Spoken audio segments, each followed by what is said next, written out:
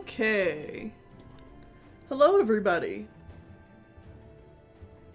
Happy Wednesday.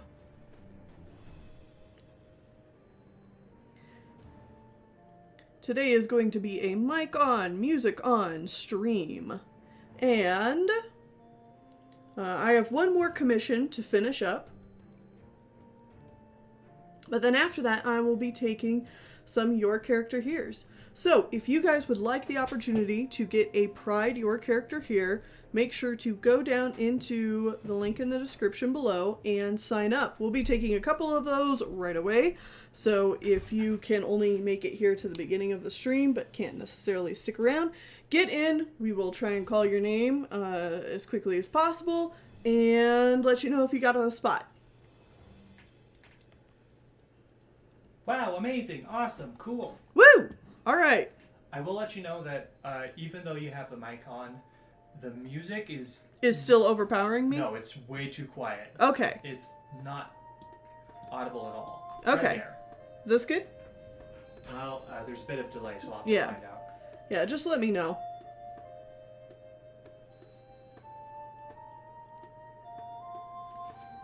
Couple people asking me how I'm doing. I'm all right.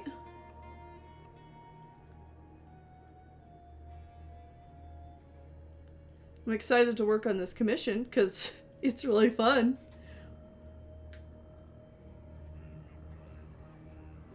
How's the music sound now?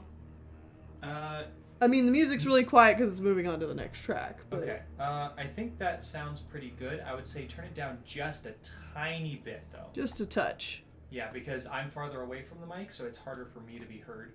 You are perfectly fine. Okay. Yeah, I think that's probably going to be good. Okay. Anyways, people can't see the commission. Oh, I know they can't. Okay. Because I still have the break screen up. Alright, sounds good. Figured I would let it run through a couple of times so people can actually see what the Your Character Here options are. I mean, if people click the link, they can also see the options there as well. Yes.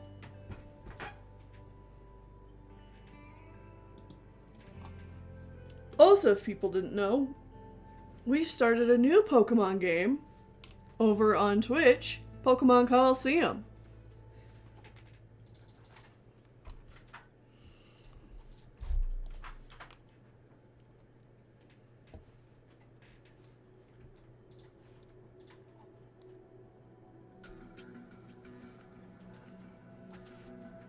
I will also say people have already started filling in the Your Character Here's, so... Awesome. I'm going to go ahead and accept 2. Mm-hmm. And then we're going to wait until Tennille gets to that point before we start taking more. Yeah.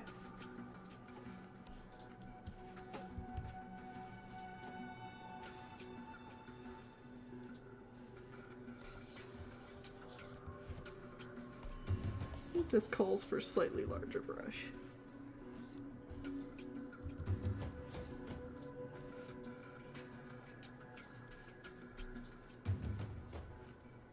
Okay, I need to mute this stream. I can't just listen to myself the whole time.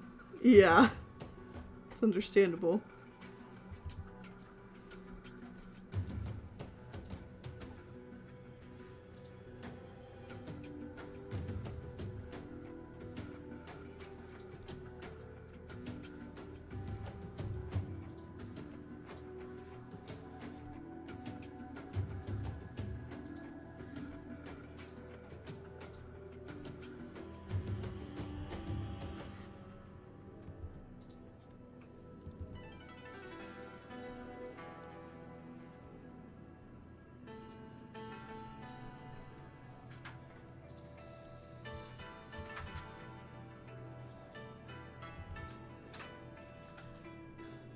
Chrissy, wake up.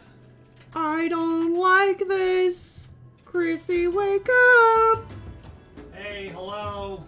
Time to wake up, time to wake up. Can you hear me? Come on, Chrissy. I don't like this. Chrissy, wake up.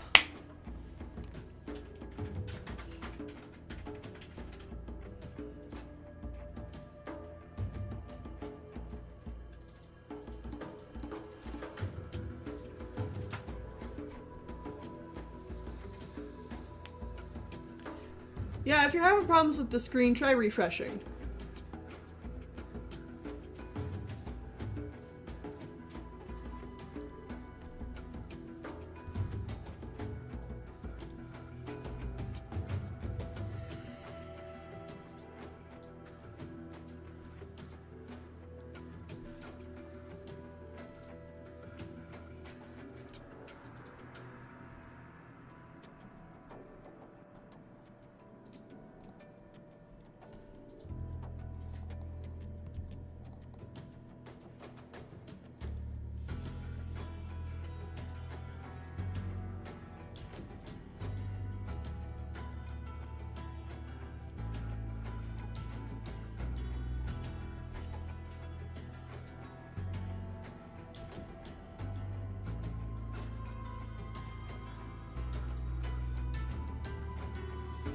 Alright, King in the North, I have contacted you about your character here. Please check your email to get on the list and get your commission. King of the North. King in the North. King in the North. And actually, that's the only your character here that's gotten in. So, if anyone listening would like a your character here with a Pride Your Character here for $25, check the link in the description. And we are definitely accepting at least one more. So if you Now's the time. Yeah, if you get it in right now and get all that filled out, you can be guaranteed your character here, and you won't have to stick around for the rest of the stream. Otherwise, if you are third, fourth, or past that, we're going to just hold off on those until Tennille is ready to get to that point. So if you want to be guaranteed art by Tennille Flowers, now's your chance. Art by Tennille Flowers. It's a selling point. People like your art.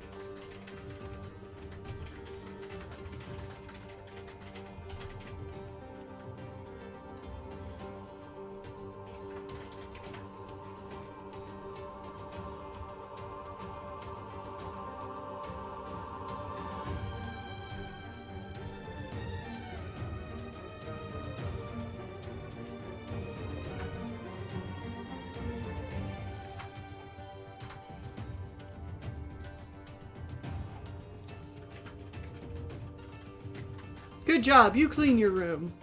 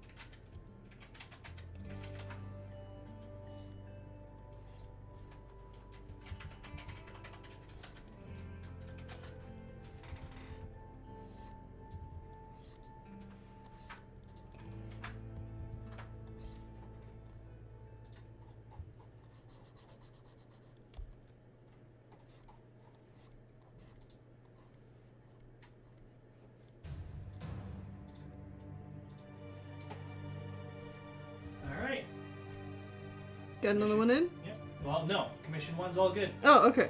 Still no second commission in yet.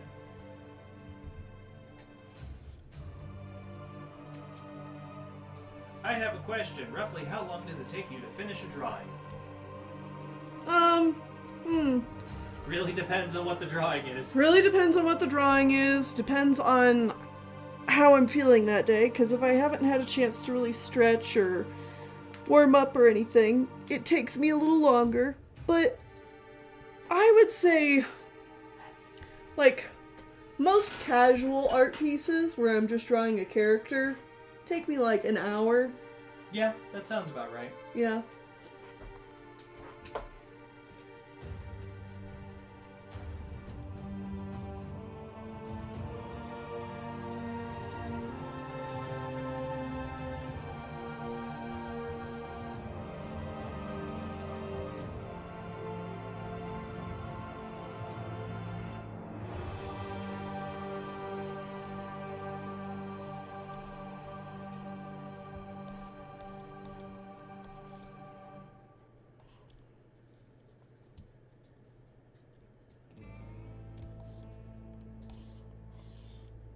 Okay.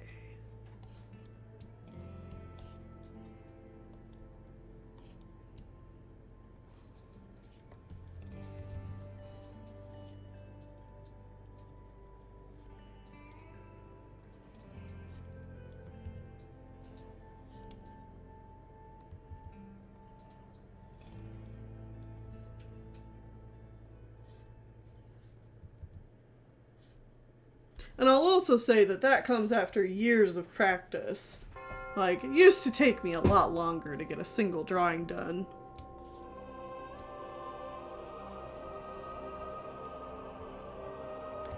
Used to take me an hour just to, you know, finish a sketch.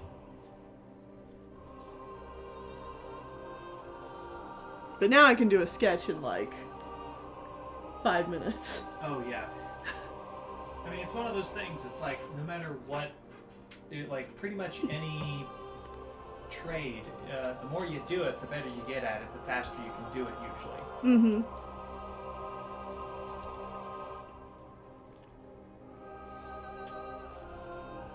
The faster you can do it, the more precisely you can do it, you just get better at doing it each and every time. Yep.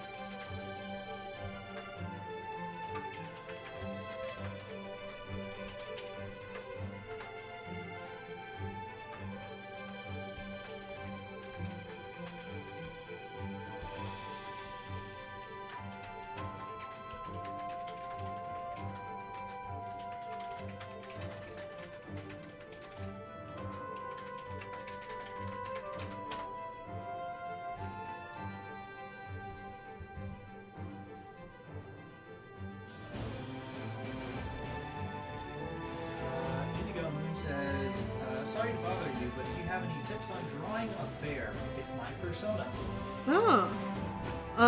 Do studies. Yeah.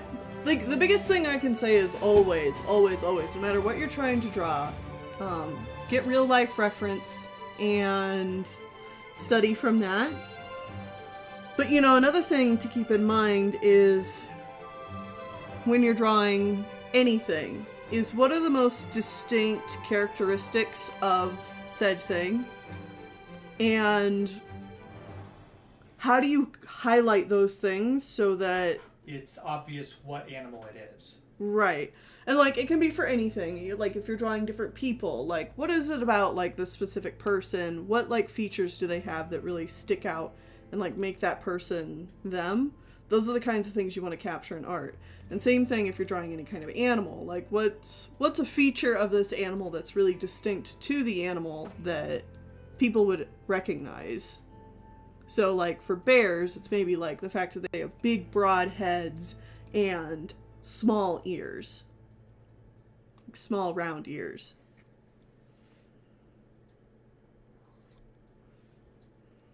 Another part that always stands out for me for bears is lips.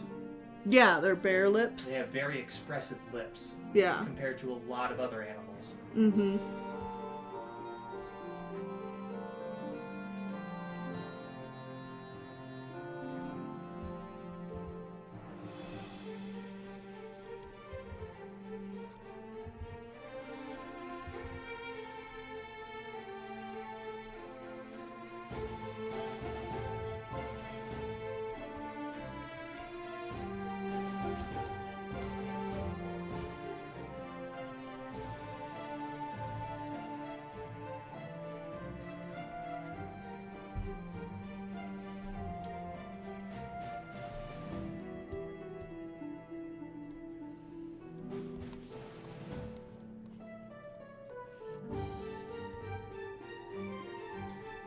What part of the drawing do you find most difficult? Like for me, I find shading to be the hardest part.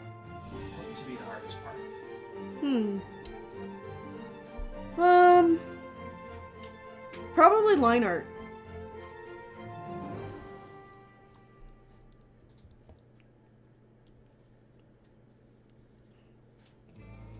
It's probably line art for me, because I get really caught up in making sure, like, do I have the correct line thickness I want? Line art is really where I start to see a lot of, like, flaws in my anatomy, so it usually takes, like, a lot of tweaking, or this or that. Line art's definitely gotten better over the years for me. But out of everything, I think line art's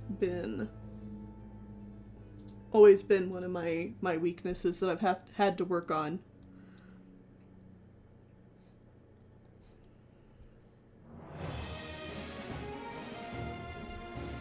I actually love shading.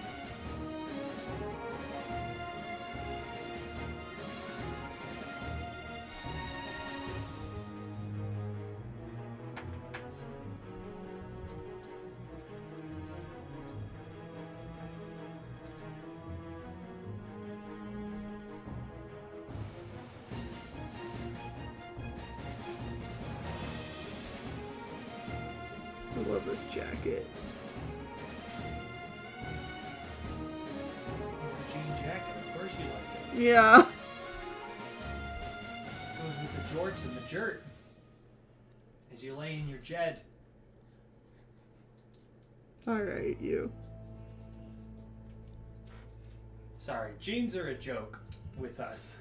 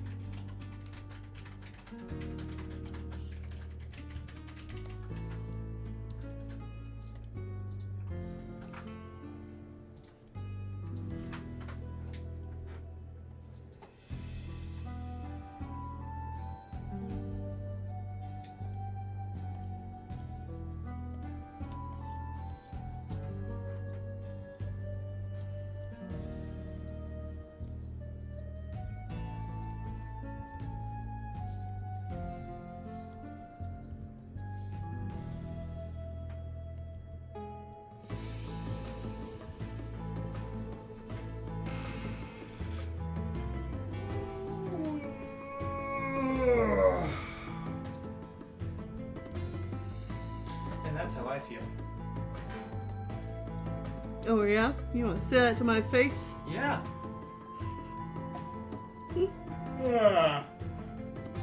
Can't believe this.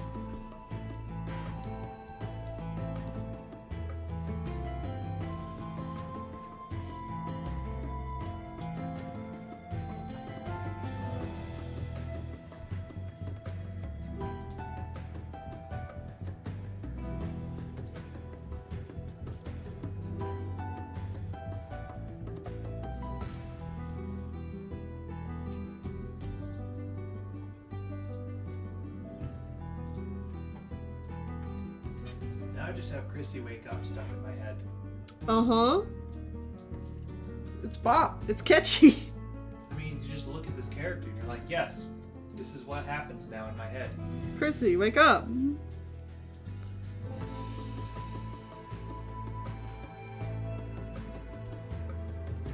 So yeah, in case people are unaware, Stranger Things Season 4 is out, and it's good. I would say it is the second best season. Yep. It's pretty definitively, like, we just rewatched the entire series, and I would definitely say Season 1's the best, Season 4, Season 2, and Season 3 is the worst. Mm-hmm. Like, there's some good elements to Season 3, but so much of that season is characters running around and screaming at each other obnoxiously, and Yeah. it's really unbearable. I don't care for season 3. Like, so much of the plot is around the Russians, and I just don't Do care. not care. Which is why the worst part of Season 4 is The Russian the plot. Russians. Like, every time it switches to the Russian plot, it's just like, alright, I'm gonna go get a drink. Yeah. Nothing's happening here. None of it pertains to the overarching plot. Nothing matters. And they try really hard to make it matter. And I'm like, no. You see, I don't care about Hopper. I don't care about Hopper. Yeah. I wish he would have died at Season 3. Yeah.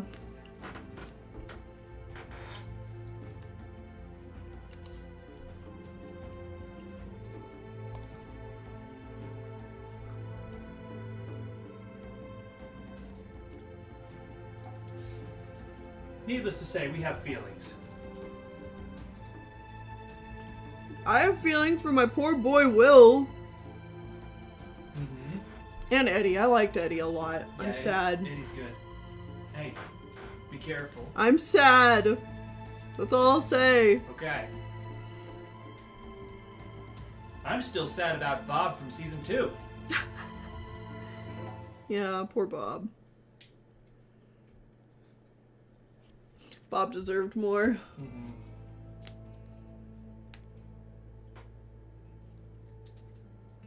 What are your guys' thoughts on redrawing your old art? I find there's always mixed responses from other people. I adore it myself. Oh, it's just a thing some people like to do. I've redrawn my art only a couple of times. Not because I have anything against it. I just tend to not like to go back to projects I've finished. I usually like to do something different. But a lot of people like to redraw old art of theirs as like, look how far I've come. Look at this new milestone and stuff. And I think that's really cool.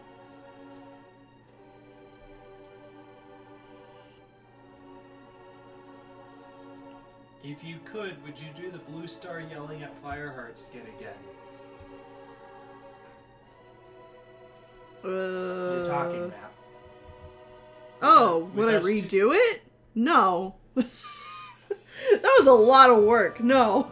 Absolutely not. It's perfectly fine as is. I got better shit to do.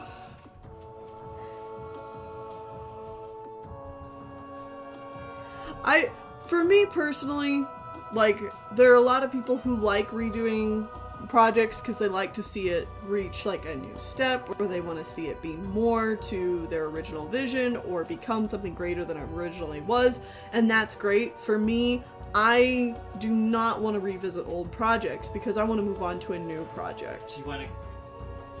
What does the Q in LGBTQ mean? Queer or questioning, or both. Yeah.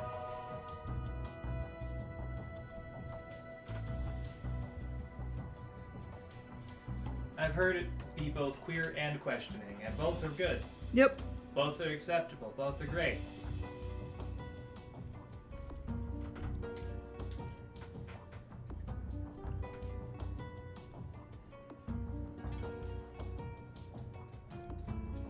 I have very rarely redone anything that I've worked on. Mm-hmm. The only real exception I can think about is when I did all of my Pokemon art. Mm-hmm. I did go back and redo like the first, some of the first few that like, you did. I revisited all of the starters when I was like halfway through or more. Mm-hmm. Because I'm like, I want these to look good because they're the starters. They're the starters. They're the Pokemon people care about more than most other Pokemon. Yeah. It's like, if your Bulbasaur sucks, but your Sigilith is great, people are going to be like, so? Most people don't like Sigilif. So I like Sigilif. Why the hell is your Sigilif so good when your Bulbasaur looks like ass? I like Sigilif. How much wood could a woodchuck chuck if a woodchuck could chuck wood? 5.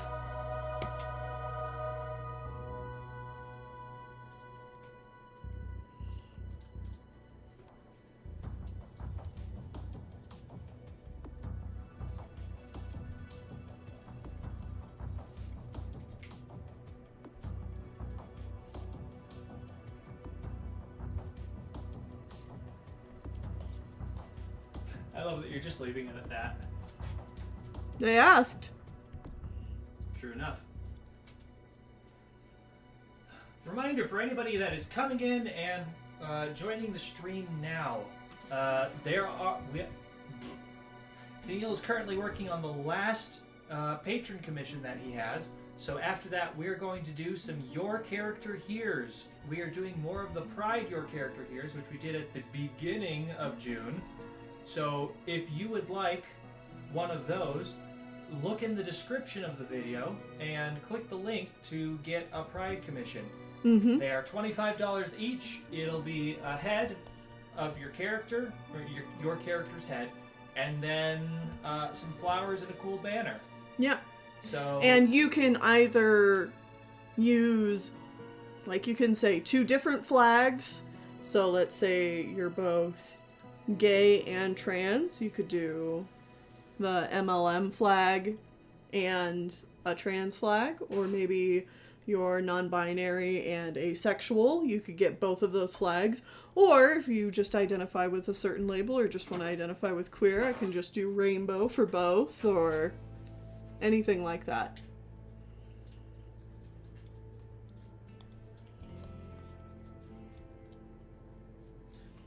And we are still actively accepting one more commission that will be guaranteed to happen. Mm-hmm. After that, everyone else will be put on the waiting list to see how much time Neil has at the end of the stream.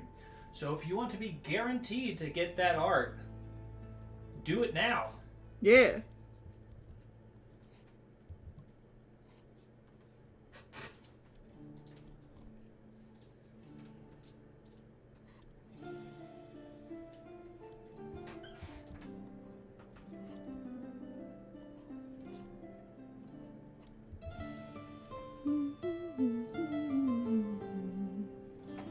How can someone create a world with war and magic? Just do it. Yeah. Look at media that you enjoy that has elements like that. Figure out what you like about that.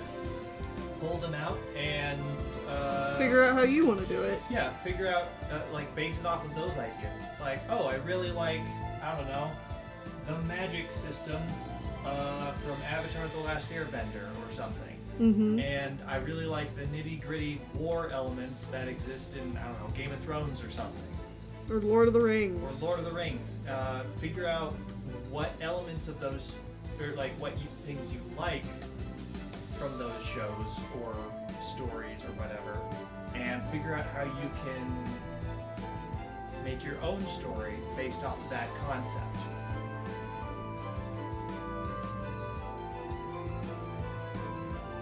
For example, my story Warped.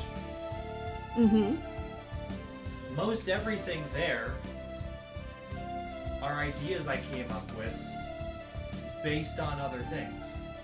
Mm-hmm. Even if it's just like common tropes. Like, alright, werewolves. I like werewolves. I'm gonna make my own werewolves. And then I did. Other things that I can't talk about yet. Yeah, you're too early in the story. Mm-hmm. We're still only barely into chapter 2, where nothing's happened yet. I mean, things have definitely happened. Things have definitely happened. Very little explanation has happened yet. But like, that's the kind of thing that I'm exploring. It's like, it's also, my particular story is based in Earth, essentially. Yeah. It's like, what if Earth except slightly more fantastical? Yeah. But like, my particular setting is fairly realistic. You don't have to go realistic with your settings. You gotta find out how much realism you do want in your story. No, in fact, I'm usually, like, for me, I never want to have a setting in Earth. Like, whenever I want to tell a story, I'm like, alright, it's not going to be on this planet.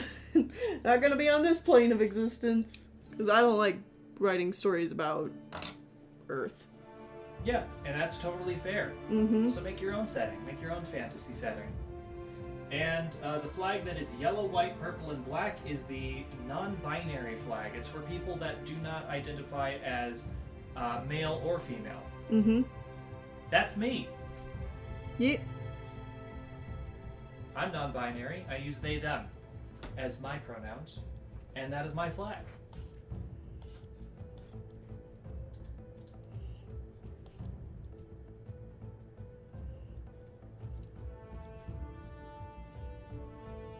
And I use both the trans and the non-binary flag because I both identify as trans and as non-binary.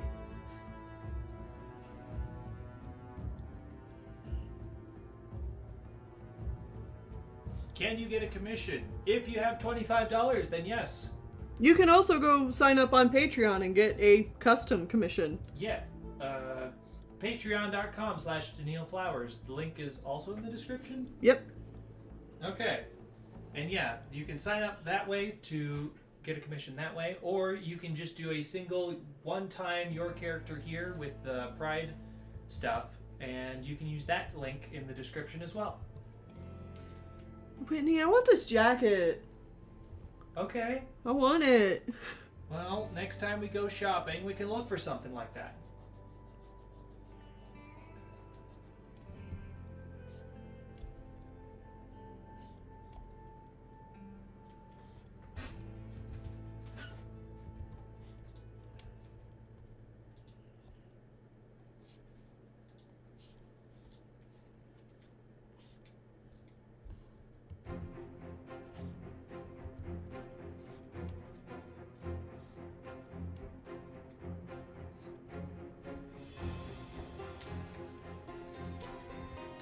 How do you recommend practicing/doing line art to make it look good, and do you have a specific preference for line art brushes?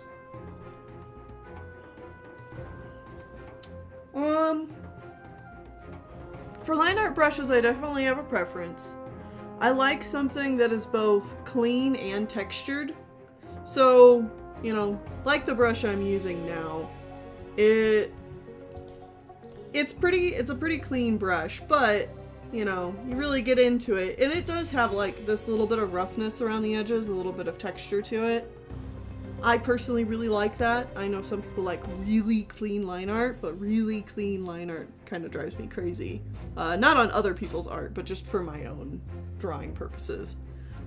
And then if I get anything too big or blocky, I find it really unruly and hard to know where exactly to place my lines. So I like line art that's thinner in general.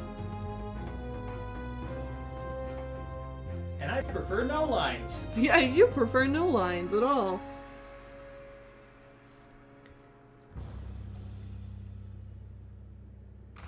And how would I recommend practicing line art? Doing a lot of it. Doing a lot of it. How do you know what you are in the queer community?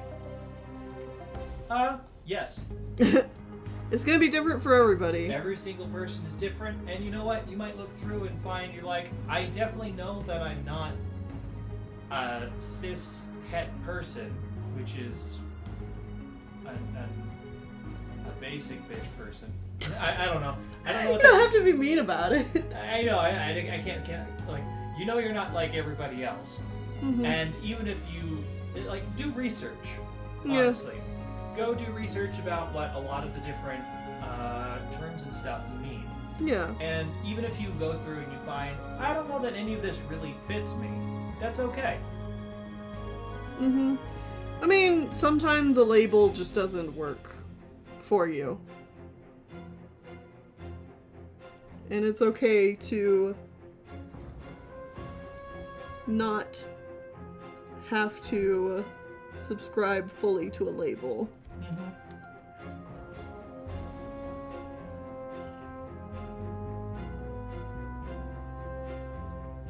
Shame you didn't love the Asterix movies. Or didn't love Asterix more. It's a classic here in Europe. Yeah, I know. We get a lot of people who are mad about our takes on Asterix, and I wish I liked it more too, because I can definitely tell from the way people comment on it that y'all really love it. I don't know. I feel like the movies did not do a great job, like, showcasing the character, and maybe even if they did, there's just a couple of tropes there that I'm just really not a fan of, which is just like, I mean, it's good guy is a big strong, like, is not necessarily big strong, but like good guy is like so smart and strong and better than everybody else that it's that just he like can never lose. Not even a competition. Yeah, so there's not even the semblance of tension there. Right. And that's not inherently bad. Yeah. It's just something I get very tired of quickly. Have we played Stray yet? No. No, we have not. We're saving that until we have a chance to play it on stream, so we can go into it blind. Yeah. Whitney, how did you come up with a name that felt right for you? I've been going by my dead name for a year, even though I've come out as bigender, and I feel like my dead name doesn't fit me. Okay. This is good. This is also something that's going to be completely different for everybody. Mm-hmm. Whitney is actually the name of someone I met when I was pretty young, and I just really liked the name. Yeah. I thought Whitney was a really cute name for that person. So. And you're like, I want a piece of that pie. Yeah. So it's one of the names that I would often use when I played Pokemon games and stuff like that. 'Cause yeah. even when I was a child, I was like, everybody likes playing as like the girl characters, right? Right? Yeah. See, and that's funny, because for me, I never liked playing as girl characters, but I did it anyway, because I always felt obligated to. It's like, I've got to play as the girl character, because, like, feminism or something. The excuse I always gave, which placated a lot of the straight people around me, is like, well, they're just better designed and they're more fun to look at, and if I'm playing a game for like 40 plus hours, I want a character that I enjoy looking at, right? Yeah. When in reality it's more of a, I relate more to God, I wish that were me. Yeah, it's like, God, I wish I was a girl. Yeah. Or at least more feminine in general. Mm-hmm. And less mask. Mm-hmm.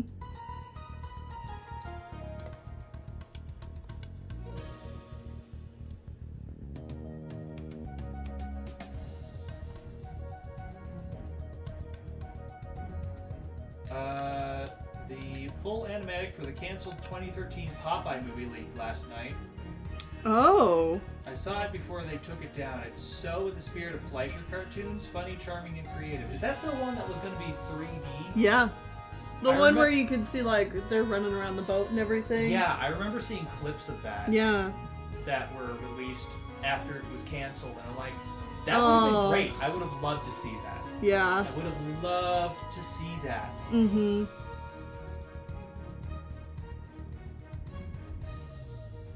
Can't remember who was the director behind that project, too. They're saying Jendi Tartovsky. Yes! I probably pronounced that wrong. Yes. Jendi? Tartakovsky. Yeah, Tartakovsky. I think that's more closer to correct. Yeah.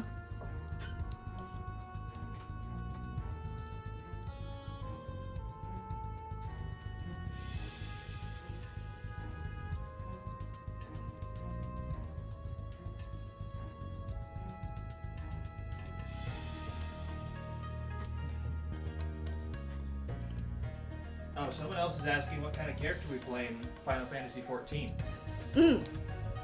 Because feminism or something.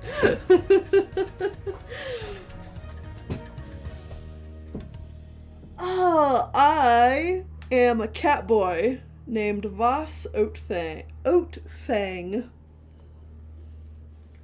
I'm beautiful. I am also beautiful. Yes. Everyone's beautiful in Final Fantasy XIV. It's really difficult to make a not pretty looking character. Well, I'm even more beautiful. My character is Gjörgwin Sumt. They are a Zayla Aura girl. So the dark-horned version. Yeah.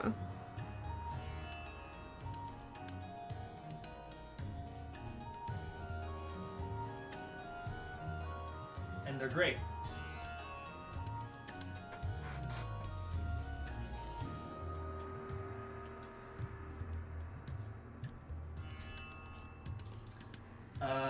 Someone's also asking if is Disney's Anastasia from '97 going to make it onto the list? No. Well, Disney's Anastasia doesn't exist, but Don Bluth's Anastasia from 1997.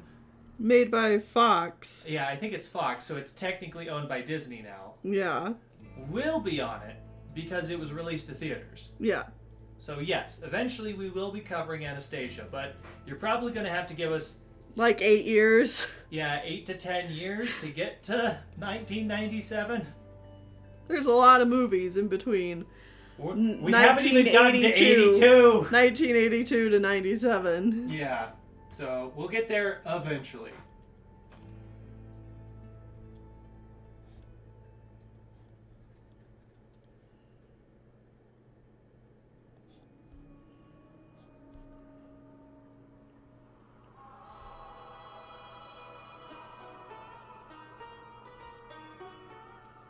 Everything is Disney now? Well, only about half of it. The other half is owned by literally every other company. Oh, that's sad. Yeah. Even just making a joke, it's just like, oh, I'm depressed now. Yep. I'm going on another Disney rant. Or Marvel rant. Uh-oh. It's gonna be a short one, but Marvel stuff right now is real garbage. It really is. It's just got no focus. It just kind of expects you to be totally okay with this universe that they set up, and it's just kind of not great. Yeah. It might also be because I do at least poke my fingers into other, or like some other, superhero things from occasion to occasion. Uh-huh.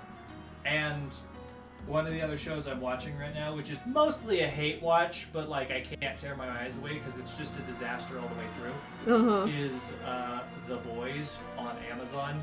It's definitely very mature, very bloody and gory. Don't suggest it for anyone. It's hot garbage. Mature. Yeah, it's quote unquote mature, but it will. Half of the show is just parody of real life, and it thinks it's pretending to be super like extreme over the top, but it's really not, and it's not saying anything at the same time. Mm-hmm. So they'll hold like superhero conventions and stuff and be really over the top and silly and ridiculous and like, look, isn't it stupid? So anyways, yeah, wow. This is related because the first episode of Miss Marvel? Disney's Miss Marvel is the characters going to a superhero convention and it's ridiculous and over the top. And they play it completely straight, and it doesn't make any sense for the universe that they've set it up in.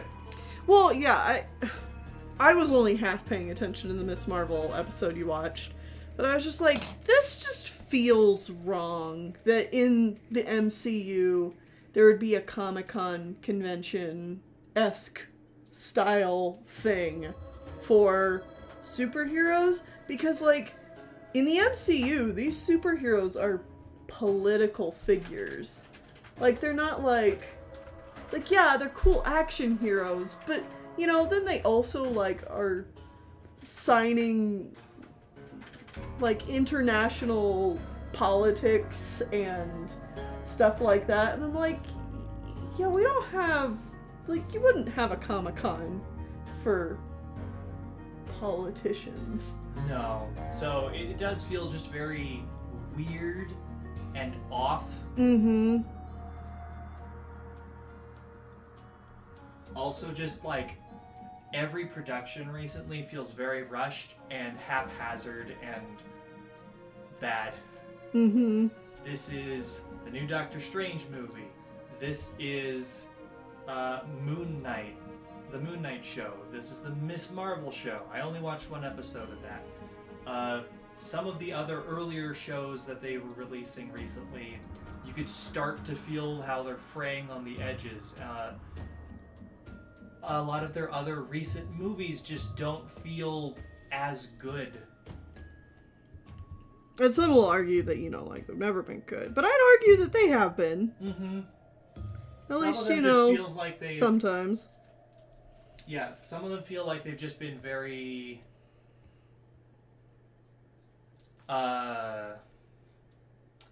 some of them have been very by the book, like paint by number, this is how a Marvel movie works. Mm-hmm. Which, those are the okay ones, and then some of the other ones try to do something different. And those are the fun ones.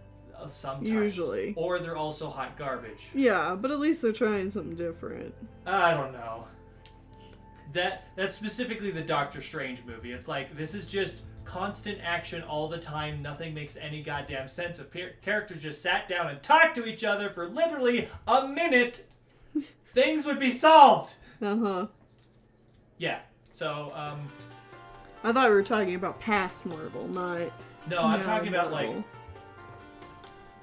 post-Endgame Marvel. Yeah. In general. Yeah, okay. Yeah.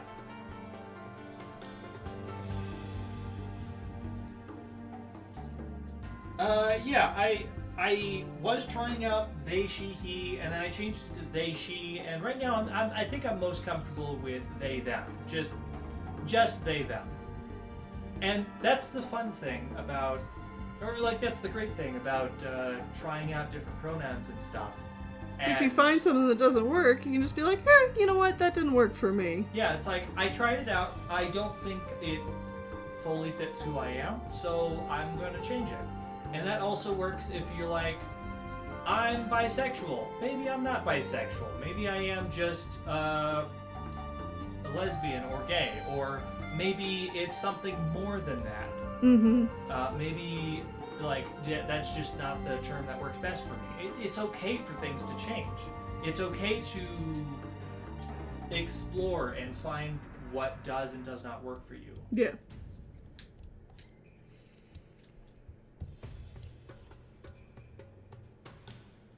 So, it's great. I did not like Black Widow, not gonna lie. I thought Black Widow was mostly okay. The biggest problem is when they set it. Why was that movie set so far into the past? And if they were setting it that far in the past, or whatever, or like, it was, and yet it wasn't in the past. But it didn't cover anything that, like, anybody cared about. Yeah, it's like, why didn't you cover when she and Hawkeye met?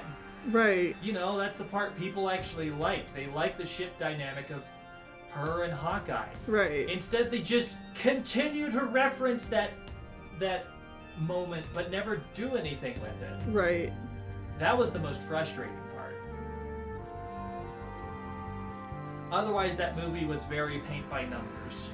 I don't remember most of it. Yeah, exactly, because there was nothing interesting about it. Mm-hmm.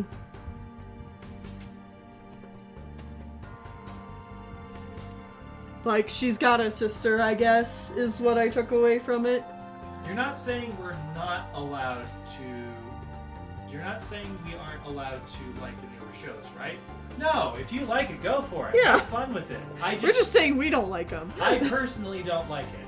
Well, like, take one that I did like, WandaVision. Mm-hmm. I really, really enjoyed the TV aspect of it, and how that played into, like, Wanda's psychology, and how it was also, like, a little bit of a meta-commentary on TV from that era, and just, like, a love letter to the different generations of TV. Like, I thought that was really, really, really cool. But then by the end of the show, sorry.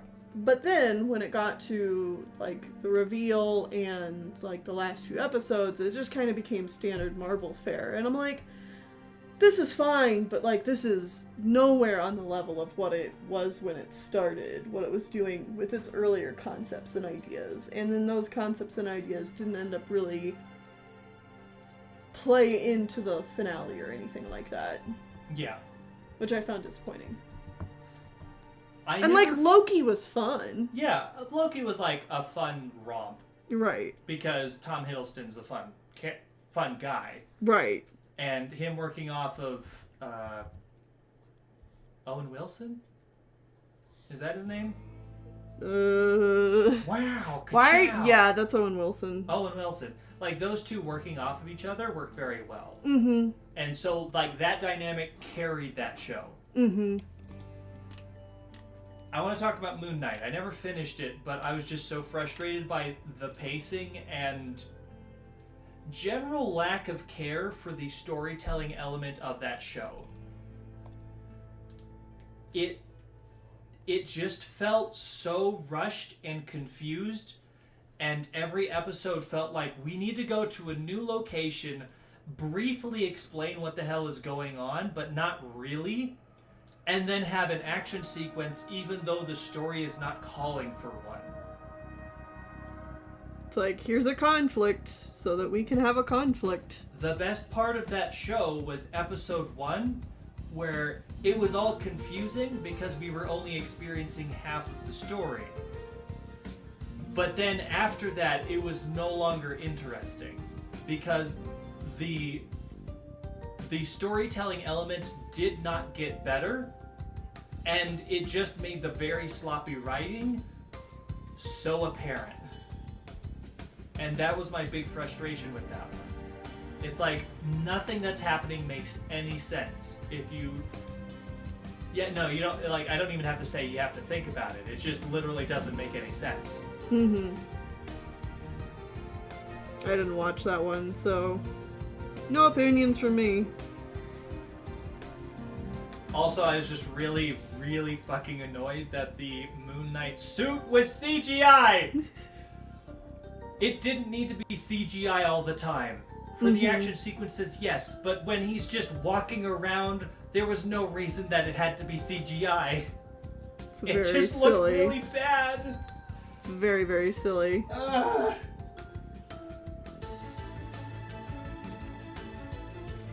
you going to cover movies that are partially animated but partially live action? As long as the movie is 50% animated, yes. So, like, Who Framed Roger Rabbit we're gonna watch. Yes. Mary Poppins we did not watch because the animation is set in one scene, essentially. Right. And that, so, like, it's less than half of the runtime. Mm-hmm. If it's set in a live action setting, but more than half of the characters and cast are animated, then yes, we'll cover it, like you said with Roger Rabbit. Mm-hmm. It's kind of like It's up to us a bit. It's a little subjective, but we try and make calls that we feel are correct. Oh, yeah, Eternals was also very bad. because the movie was 5,000 hours long that started with a text crawl that meant nothing. Half of the characters were boring as hell, and the other half of the characters were just representation tropes, and half of those characters died by the end of the movie. Which just makes you go like, huh. Because, like, the end of the movie, I'm just desperately craving for these very basic character tropes, like the black gay man, to not die. Right, you're like, please don't kill the black gay guy. Yeah, that's all I was hoping for. Not that I don't even know the character's name. Yes, that's the problem, because the cast is over 10 characters. Right. It was too many characters, so you don't get to know the characters other than, like, the boring villains who are just a stand-in for Superman and stuff like that. And, like, I don't care about that guy. I just hope that this small, tiny bit of representation, not even a character really, just representation, doesn't die. Right. And that's not a good sign for a movie. No.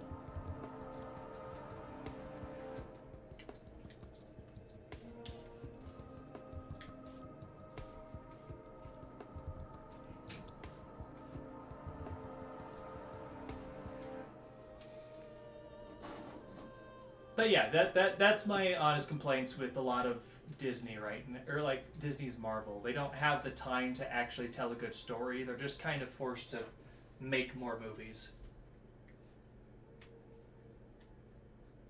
I hate people who call you racist or homophobic when you say you don't like movies like Eternals just because they have strong representation. Yeah, but the movie was garbage, and I don't know if any of those characters are ever coming back again is the big problem.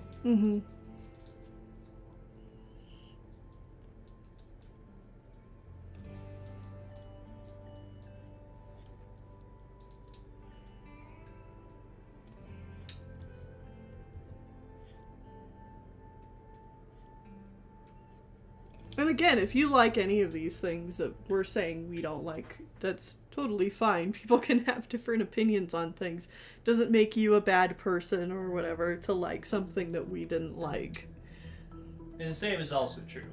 Like the opposite's also true. The opposite is also true. So like, yeah, we are not bad people for not liking something that you like. Right. Yeah.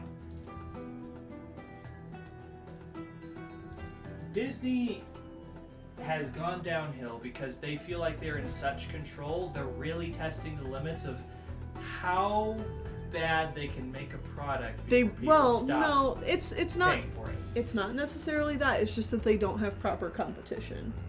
Yeah. They don't have proper. to try. Sorry.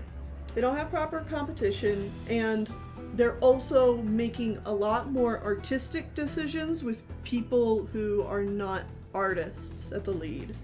So when Disney doesn't really have to try as hard, like what you were talking about, you're getting a lot more marketers and a lot more executives and a lot more like focus group people telling artists what needs to be in the movies. And so artistic, creative decisions are being made by people who are not artists, who are not creatives. And whatever the artists and creatives are wanting to make is getting stifled for profit. Yeah. And this isn't just Marvel. This is all of Disney right now. So this is all the animated stuff that they do. It's probably the live action stuff they do that's not Marvel, but I'm going to be honest, I don't watch any of it. I don't pay attention to live action non-Marvel Disney. And with each passing exposure to Marvel Disney, I just don't want more of that. I feel less and less inclined to go back and watch more of that. The Owl House is so good. We finished season 2 like a few weeks ago. So good. Yeah, we finally got around to finishing that, and that was really good. So good.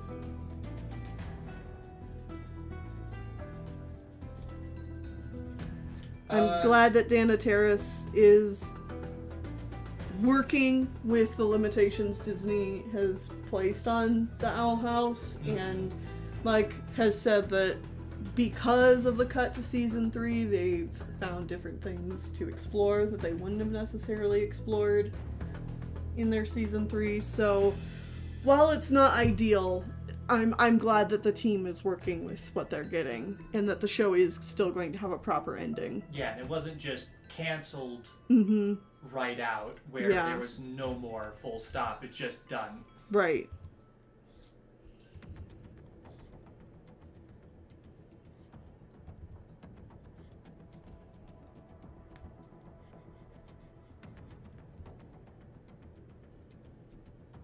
Do you prefer 3D animation or 2D? 2D.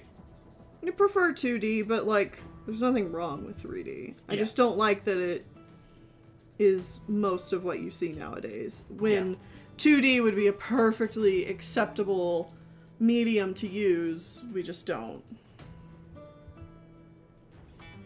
I do appreciate how many more recent 3D animated films are actually trying to have an art style again. Mm-hmm.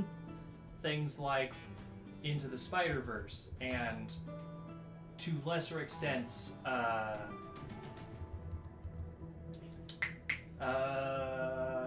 shoot. The Bad Guys? Yes, The Bad Guys. That's another good example. Okay examples are The Fish Boys. What is the movie called? Luca? Luca and Turning Red are starting to be okay. They have more interesting art styles.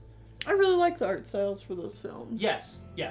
I appreciate movies that really push the limitations more, though. Mm-hmm. Such as Spider-Verse and Bad Guys. The Bad Guys. Right. Those movies are visual delights. Mm-hmm.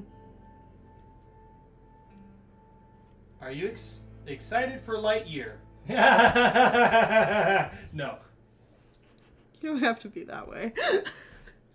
Sorry.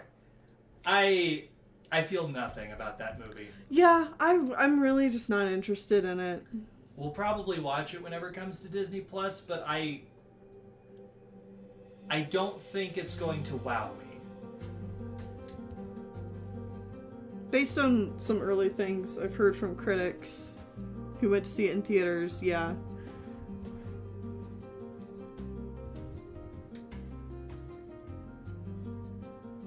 Oh, hi, Niv.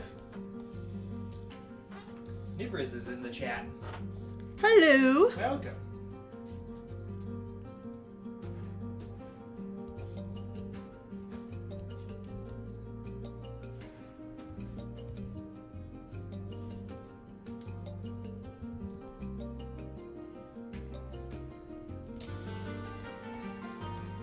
Yeah, I'm interested, pulling the conversation back around quite a bit. I'm interested to see what some of the later Asterix movies have to offer. Mm-hmm.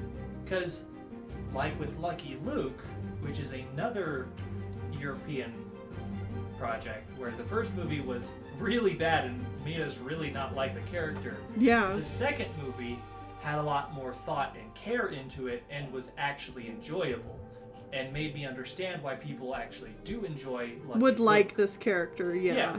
So it was a much better representation of the character. I'm hoping that later Asterix movies give that feeling for us as well. Yeah.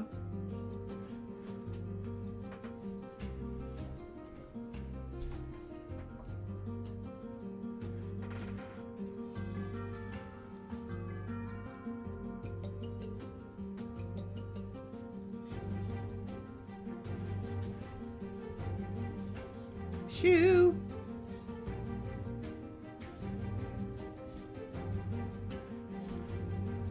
French animation makes me smile. Mm-hmm. Yes. Well, okay. The two most recent French films that we have watched Did not make me us smile, yeah. But that's because they were from 79? Or was it 80? What year are we on? I don't know. 79. But they were two Jean Image films, and they did not fill me with great feelings. They did not bring joy. Those were our 2 most recent animation pilgrimages. Yeah. So, The Fabulous Adventures of the Wonderful Baron Munchausen, or something to that extent. Uh-huh. I might have mixed the up legendary. Yeah, it's like I probably mixed up the adjectives, but you know, that. And then also Little Orbit the Astrodog and the Screechers from Outer Space. Mm-hmm. Neither of those were very good. For the Your Character slot, is the Pride one available for this month, or is it any others? Yes! It is the Pride month, Your Character Here's again, because we only got the chance to do those once. So we are doing more of the Pride Your Character Here's this week as well. And we still have one slot that is guaranteed to come in. Yes. Well, guaranteed open right now. So you can go in the link, get that right now, and we can sign you up. Yes. So I guess it has been a while, so I'll talk about it again. If you want a Your Character Here for $25, you can get one of the Pride Your Character Here's. You can go into the description, click the link, fill out the form, and then I will contact you about getting you all set up to get a Your Character Here. And we are guaranteeing that the first 2 in, we will for sure be able to get to. Yep. And then we might be able to get to more after that. Also, if there is an old Your Character Here from a past stream that I've done, those are also available if you get commissions from me through Patreon. Yes. So all old commission, or all the old Your Character Here's, like the Christmas one or the Sitting Under a Mushroom. All of those are available if you sign up through the Patreon. You can get those as well. It is slightly more expensive to go through Patreon, but you are always guaranteed those full stop. Mm-hmm. As compared to just having to be around for the specific stream where it happens. Yeah.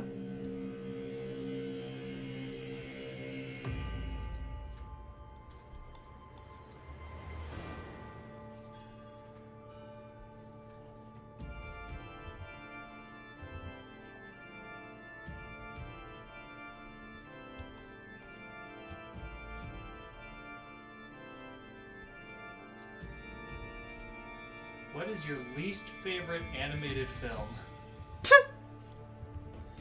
I've watched so many, you guys, and I already have such a problem picking favorites and least favorites. Someone's saying Lion King 2019. Niv is saying Jungle Book remake. Yeah, I just like both of those a lot. I think the Lion King one is worse. Mm-hmm. But neither was great, for sure. Yeah. I think I'm gonna have to go with... I think it was Willie McBean and his Magic Machine. Willie McBean's Time Machine or whatever? I think it was called, like, his Magic Machine or something. Yeah. But it was a time machine movie where they went back and praised characters like Christopher Columbus. Christopher goddamn Columbus. And it was also the garbage stop motion from Rankin Bass. Ugh. That's definitely up there. It's the first one that comes to my mind. Yeah, you hated that. I really did.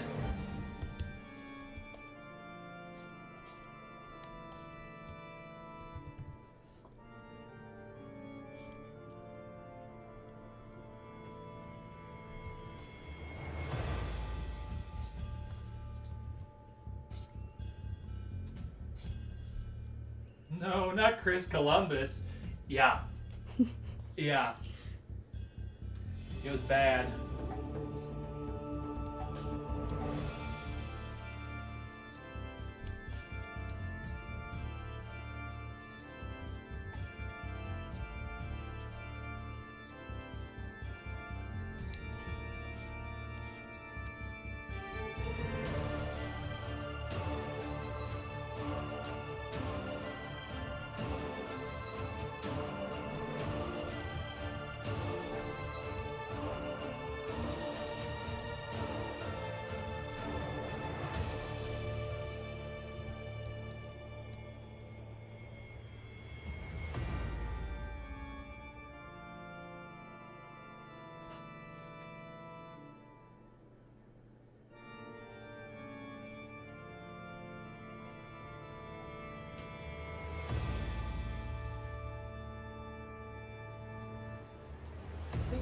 get a snack.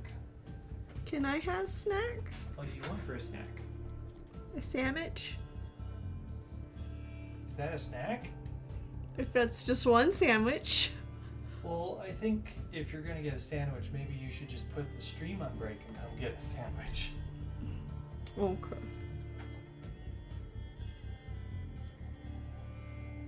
Because you have been live for over an hour. Yeah, I knew this one would take a little while to do. We got clothing and like full body pose. Mm-hmm. For sure.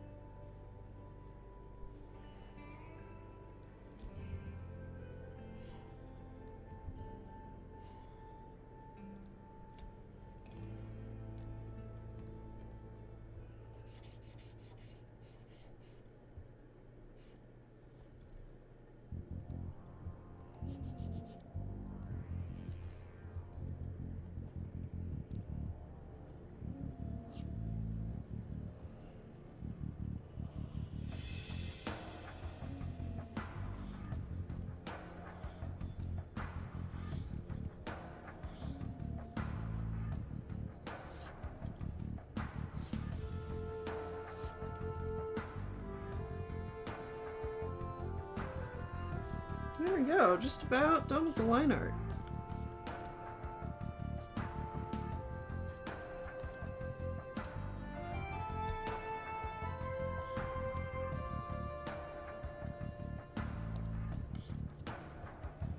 Let's take a look at that.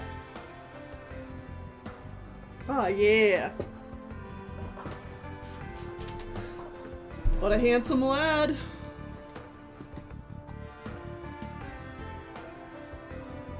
What did you think of Gravity Falls? I love Gravity Falls.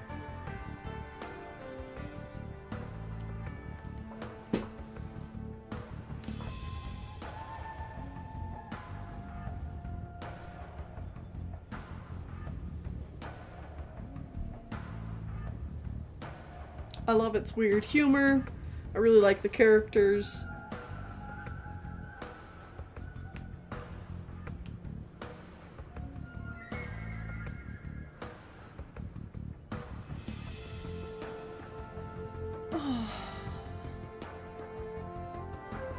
Yes! Warrior cons at cat cafes. Perfect.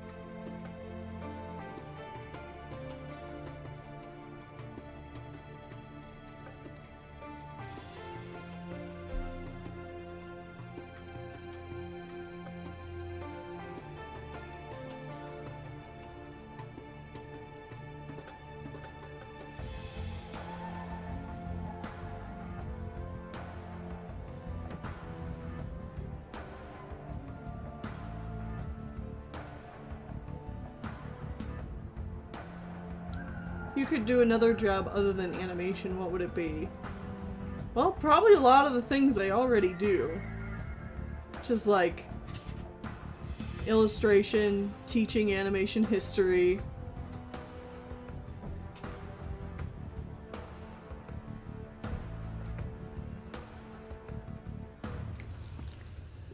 telling stories.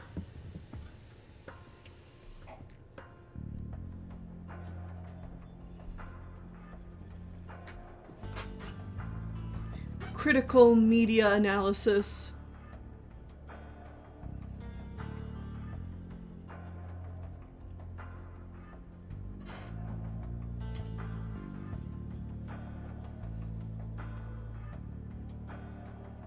Whitney actually grew up with, like, PBS and PBS Kids. Yes.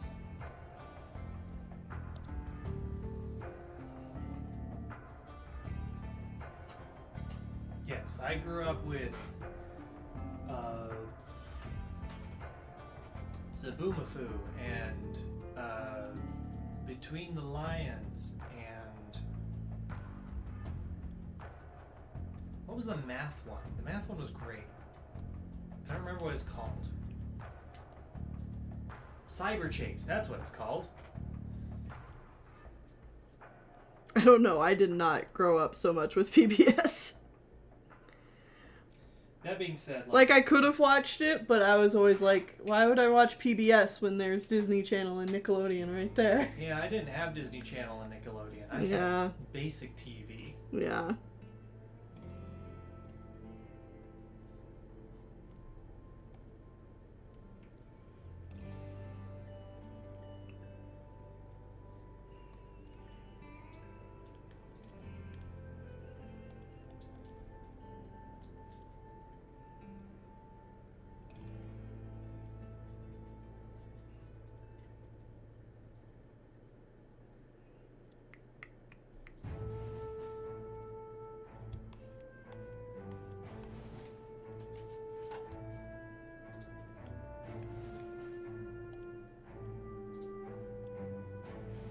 Alright, please stop with the full caps. Full caps is not required for chatting.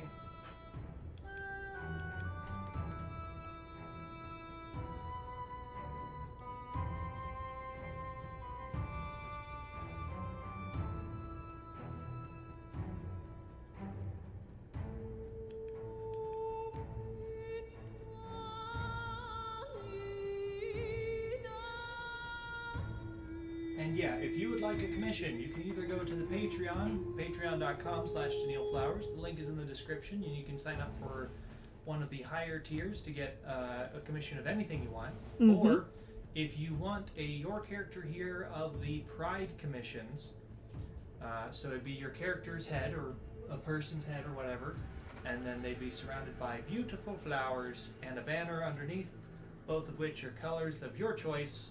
They're from like the Pride colors. You can do that as well. And that'll be $25, and that link is also in the description.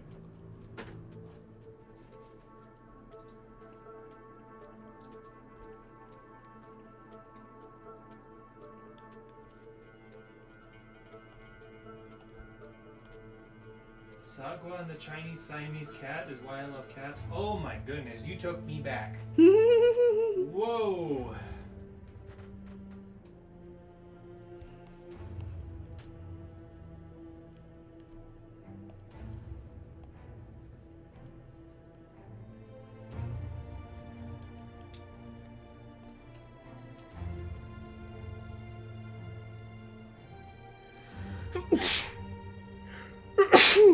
Excuse me.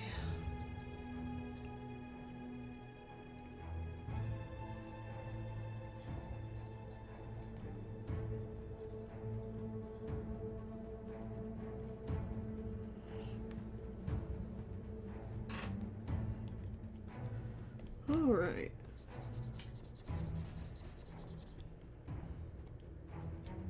Chrissy, wake up. I don't like this. Chrissy, wake up!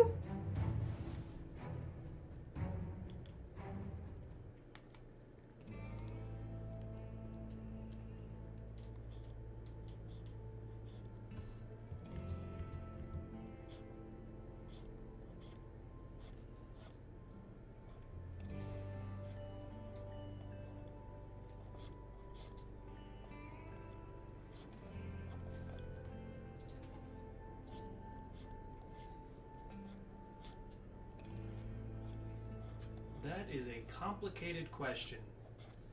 Do you think an animated movie can have a pro-conservative message and still be good? And are there animated movies you found that are good but just didn't agree with the message? Absolutely. I don't think that's too complicated. I think an easy answer to both of those is yes, of course. I think the politics of any movie can be awful and still be a good movie. You can point to like any number of movies where that is the case. Yeah, like let's see, your personal pet favorite, The Fox and the Hound. Oh yeah, I love The Fox and the Hound. Its politics are terrible. Like, it's a movie about how the separation of the races is a good thing. Probably, actually. Yeah. That is the core message, which is a terrible message. Right. But the movie's still good. Yeah, well, I mean, it's still mediocre, and I enjoy it regardless.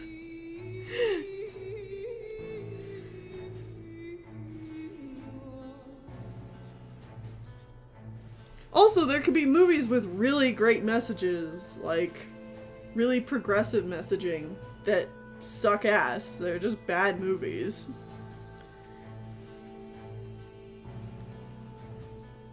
Having good politics won't make your movie suddenly good.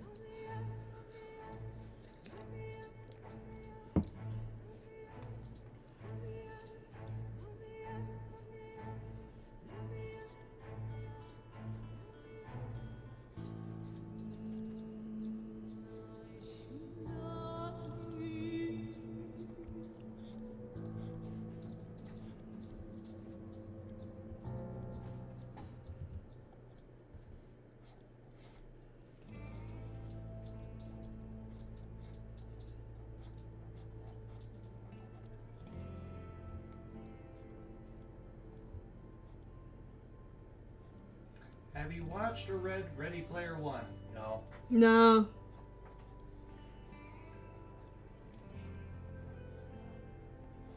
From what I've heard from reviews is that the prose in the book is very cringy and the movie is not much better and is really just a... Nostalgia bait?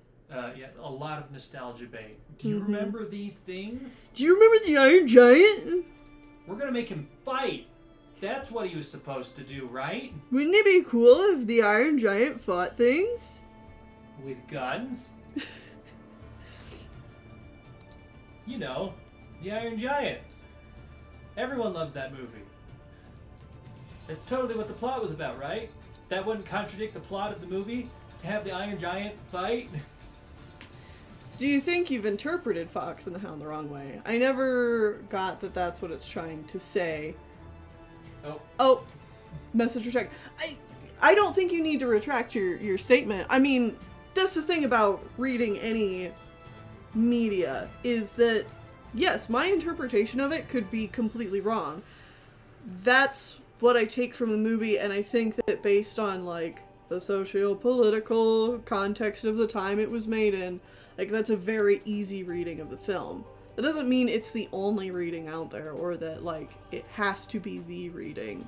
But it is a reading that is pretty easy to come by if you are critical of this kind of media.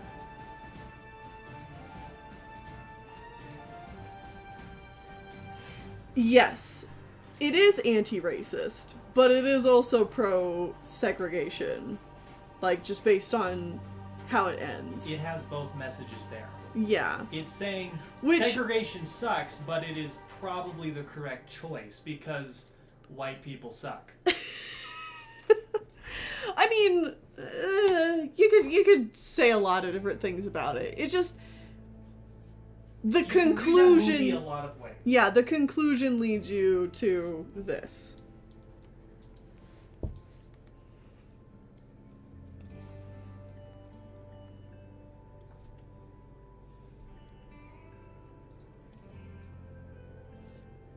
And yeah, Niv is saying some good stuff. It was just saying, like, it's important to consume a lot of different media, Mm-hmm. even if it's stuff that you don't agree with, because you can like really pick up on what they're trying to say. You can be more aware of that in just general media that you consume anyways.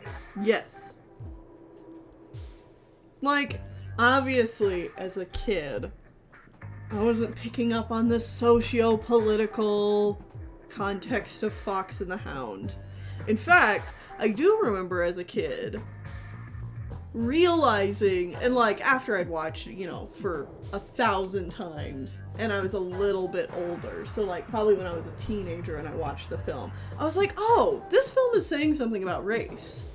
And I was like, huh, that's really interesting. But even then, like, I didn't really pick up that it was, like, the conclusion of the film, what that was saying. I was just like, okay, this is saying something about race, so it's really anti-racist. That's really cool for film made in the early 80s for Disney. Like, that's neat.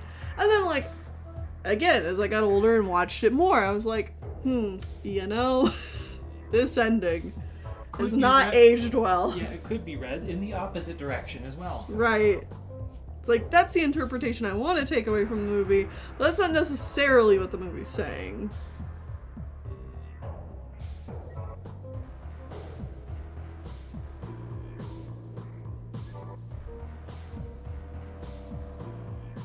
Don't search furry. I learned the hard way. I mean, it's furry. It's anthropomorphic animals. And if it's the internet, there's going to be porn of anything.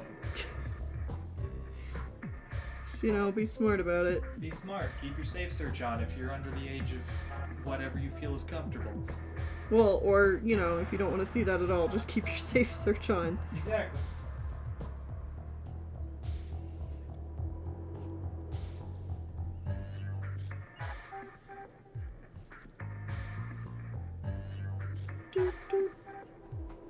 I wish there was much more of a space for cross-cultural interpretation, because I never saw that theme in Fox and the Hound, because we were never taught anything about America until much later. Yeah. Yeah.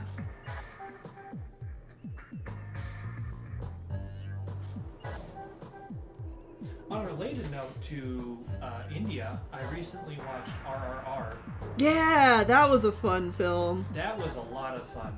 Also, you can't tell me that the two main characters weren't totally gay. Yo, I ship it.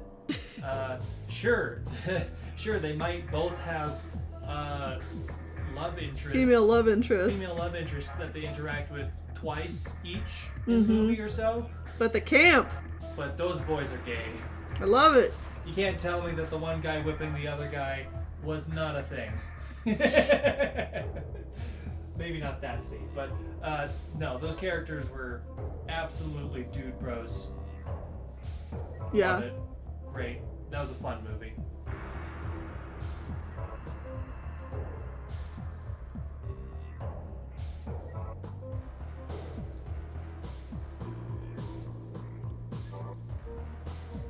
This is Whitney, I'm going to yell about this with you because there's so much to say. They no homoed the shit out of that. Yeah. Oh, yes, good. My entire family got obsessed with the dance scenes. Oh, hell yeah. The dance scenes were so good. It was fantastic. I love that movie. So good.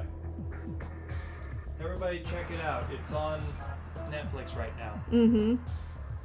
Important to note, it is in Indian with English subtitles. There is no English dub of it, as far as I'm aware. So, yeah.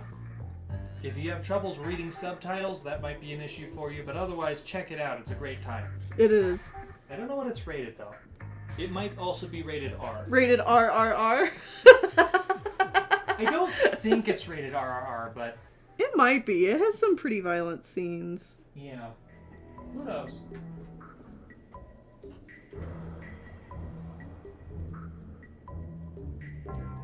There's honestly so much going on because like watching this with knowledge of the current political climate is super sketchy, but it's also some fun stuff. Indian isn't a language. Hindi. Sorry. I apologize. As soon as it came out of my mouth, I was like, I don't know if this is the correct thing. Well, I'm already here. I apologize.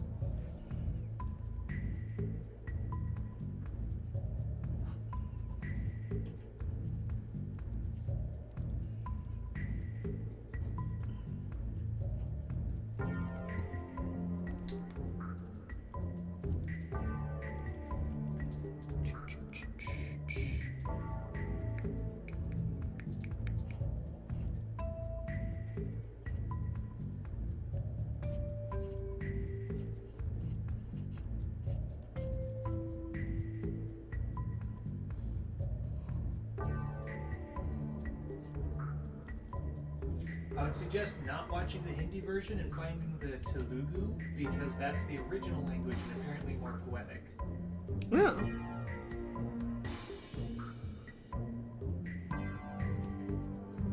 But internationally, I think only the Hindi is available, which is still good. Okay.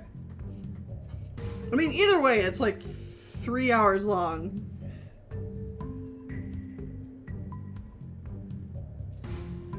Like, I'm sure there is deeper meaning in that movie that I did not pick up on.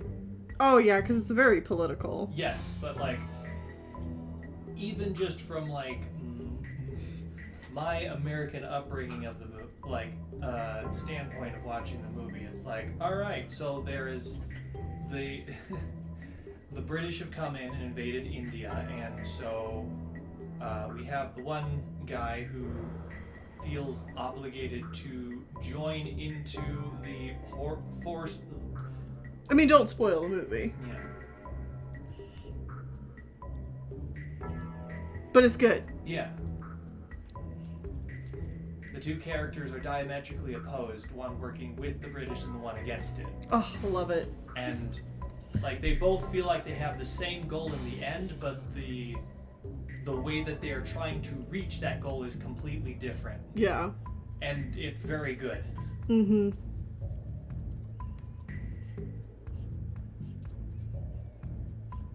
And it says, you can ask me anything if y'all want.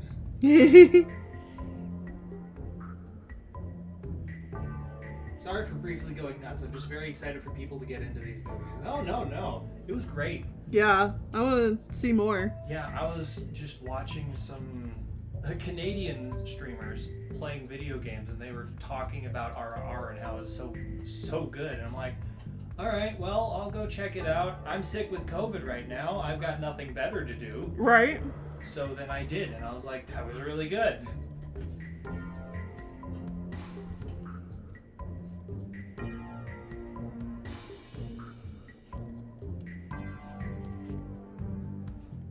I really love the governor's wife because she's just there until that one scene, and it's like, ma'am, are you okay? What the hell? Yeah. Uh-huh.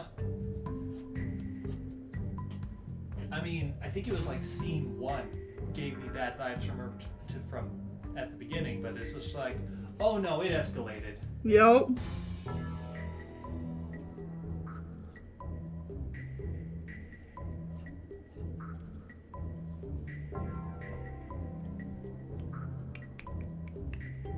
You inspired me to buy all of Kingdom Hearts. Good. Oh, good. Great game series.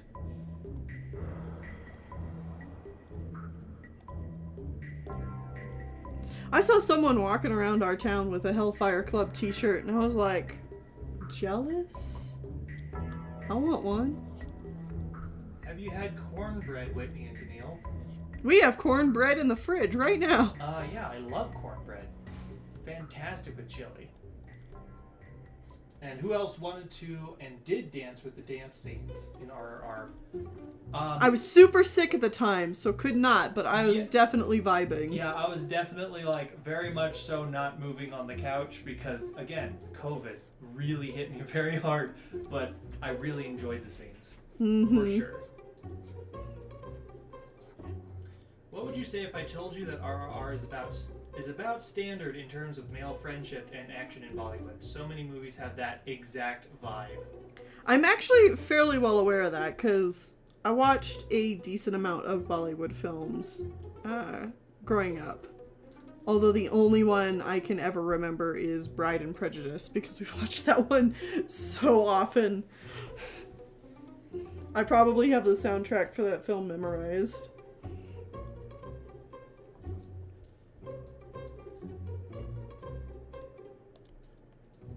I feel uncultured right now, but what is a cornbread?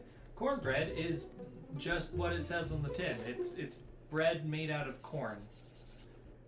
It's like you grind up corn meal. I don't know. I usually just buy a box. It's cornmeal bread. Yeah, you just like buy a box of it and you cook it up, and it's corn bread. So it's a lot grainier than regular bread, because that's just how corn turns out when you cook it in that, or like prepare it in that way. Mm-hmm. But it has a vaguely corn flavor to it. You can also add like spices to it if you want it to be spicier, like jalapeno bits, or you can also just add full-on corn chunks to it. Mm-hmm. Sometimes it's very dry, other times it can be more moist, often it's very crumbly. But it's just a very good base bread to go with something like a chili, nice spicy chili or something like that. Yeah. It's a good accent / calming piece to go with that kind of meal. Mm-hmm.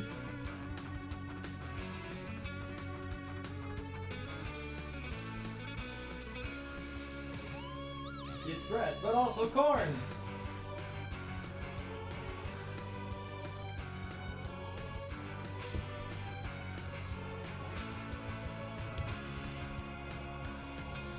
If you were captured by ninjas, how would you... I'll just stop right there.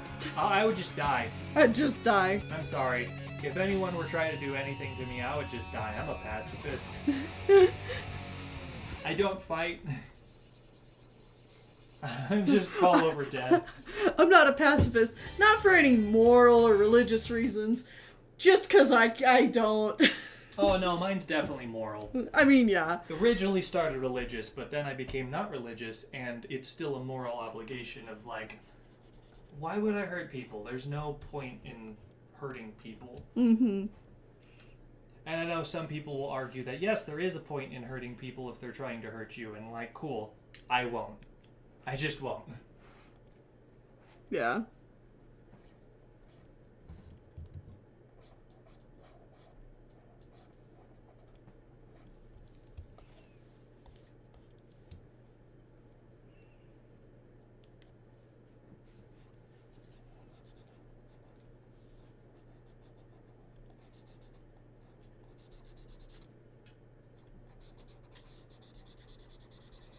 Wit gets captured by ninjas and just spontaneously combusts. Yeah, basically. Whitney plays dead like a possum. Have you ever tasted cornbread with salad? No, because I don't like salad. Yeah.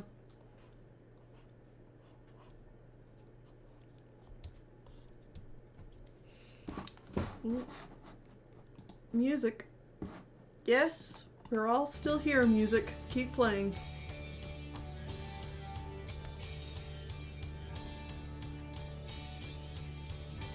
You know, I went to get a snack and then I never actually got a snack. I was wondering about that. I went out there and like looked through the fridge and looked in our snack drawer and I'm like, I don't know if any of this speaks to me right now. So I just came back.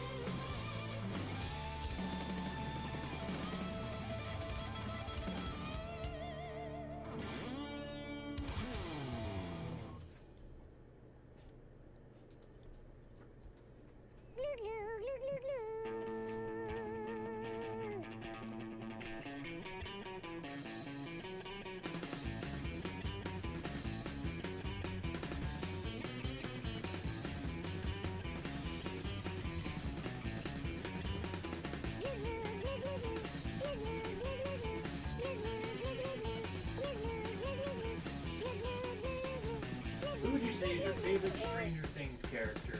Steve. Yeah, Steve. Followed by Max. Probably followed by Will.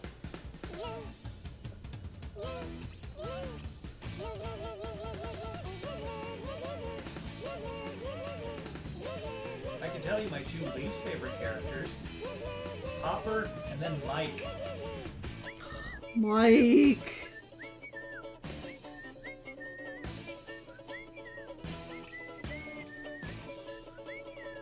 I dare people to rewatch the series and tell me one scene where Mike isn't just being a selfish asshole at all times. He's not a selfish asshole all the time. It's just he gets some of the worst scenes where he is just like, Mike, can you stop being the worst for 5 seconds?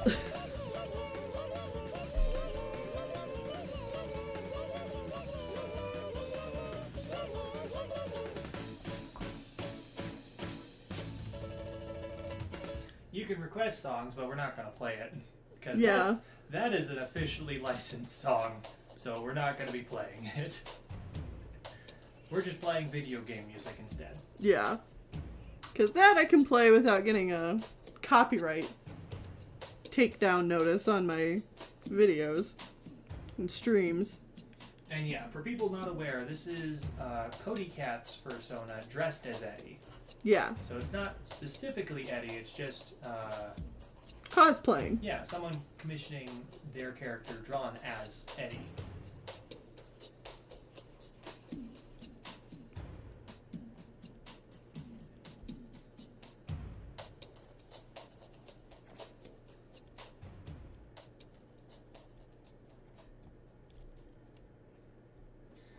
And yeah, Hopper is my least favorite because, one, he's a cop, but then two, and more importantly, he's just kind of insufferable.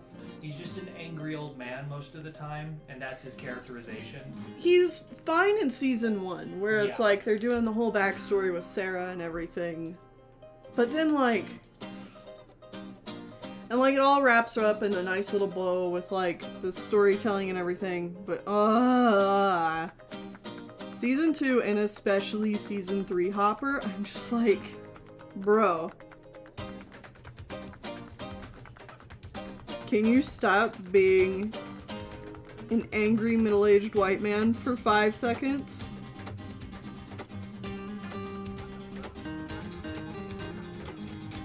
The end of season 3 was great for that. Yeah, you And then- did. And then season 4 ruined it. Yeah.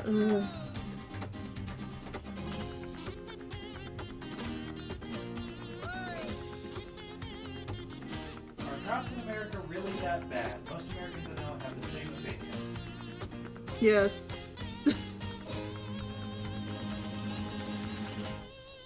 As someone whose dad is a cop, yes.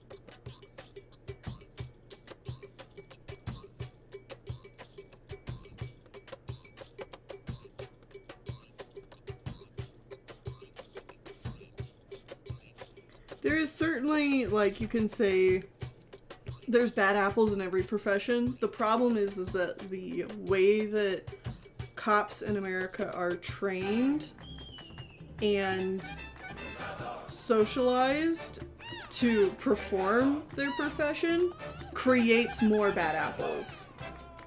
It encourages the apples to rot.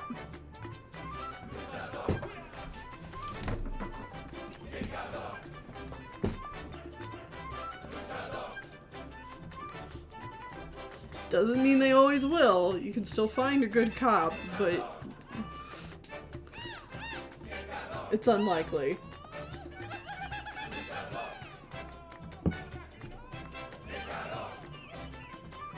Yeah, it's like you were saying, it's like, yes, a lot of people probably go into that profession with the intention of helping and doing good, but the entire system that they are based in is made to make them think that what they're doing is good while they harm people. Mm-hmm.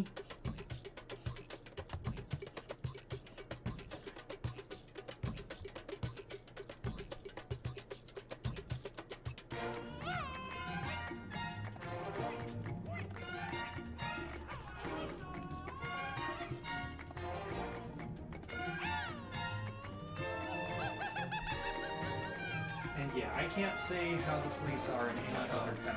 This is just an American commenting on American cops. Yeah.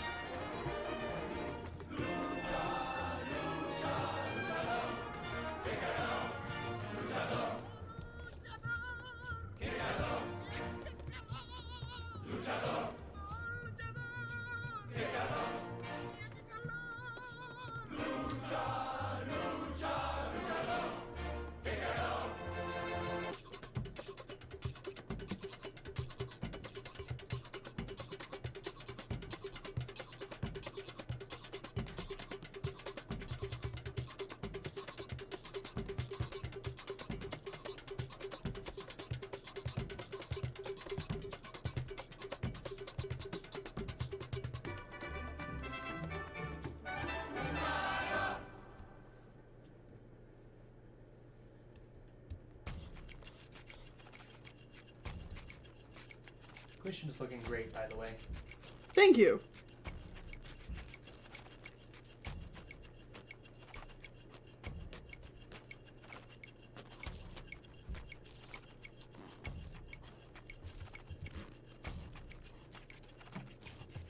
Yes, good.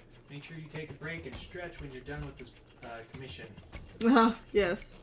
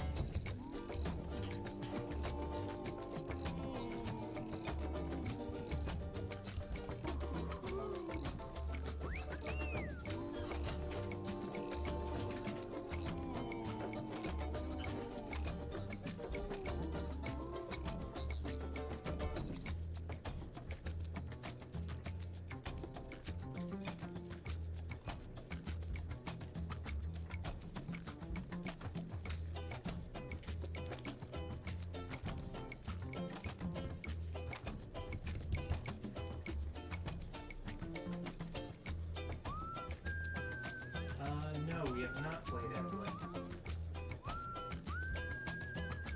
Especially seeing as it came out a week and a half ago. Something post-apocalyptic 2011. You play as a fox. Oh, okay. Yes, I've heard of this.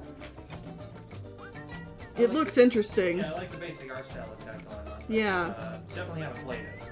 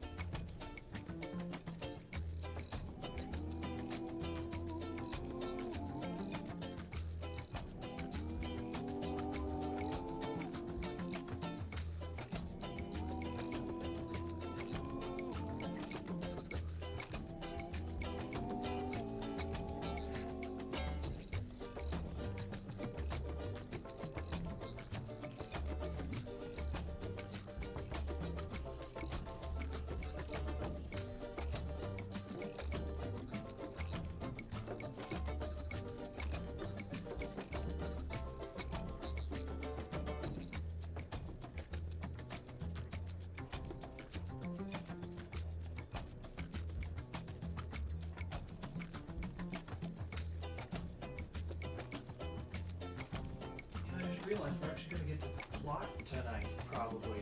Yeah. In Xenoblade. Only been putting it off for like a week. Yeah.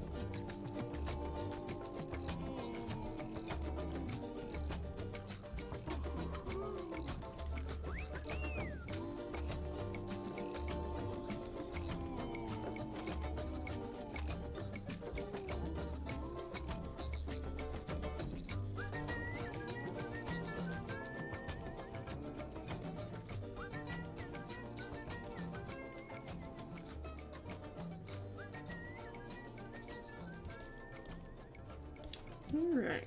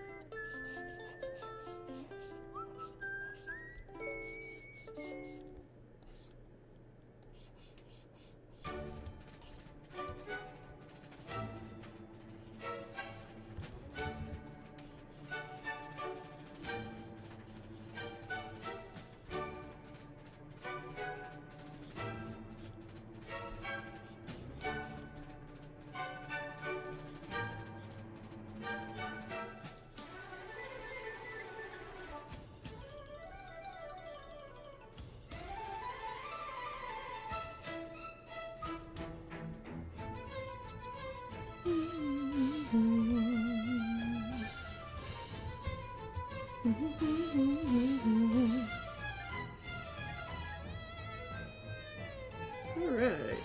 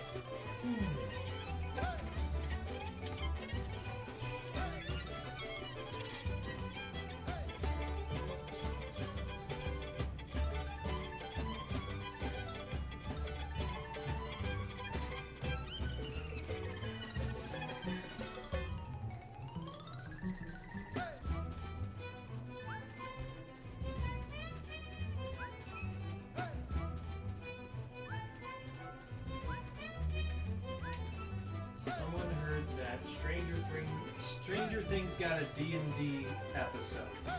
How do I tell you that most of it is D&D? It's like all D&D? It's the framing device. Like, D&D is the framing device for Stranger Things. Full stop.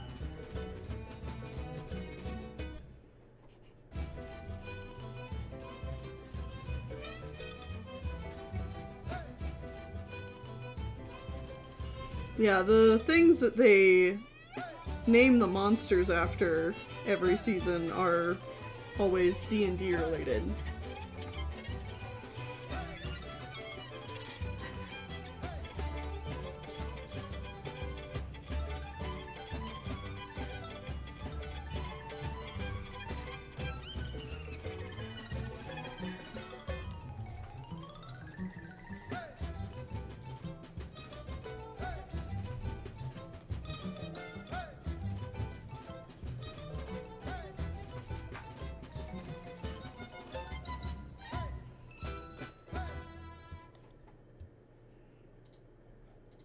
I'm working on something else in the background, so that's why I've gotten a little quiet. Okay. I realized I haven't scheduled the video for Friday yet. Ah.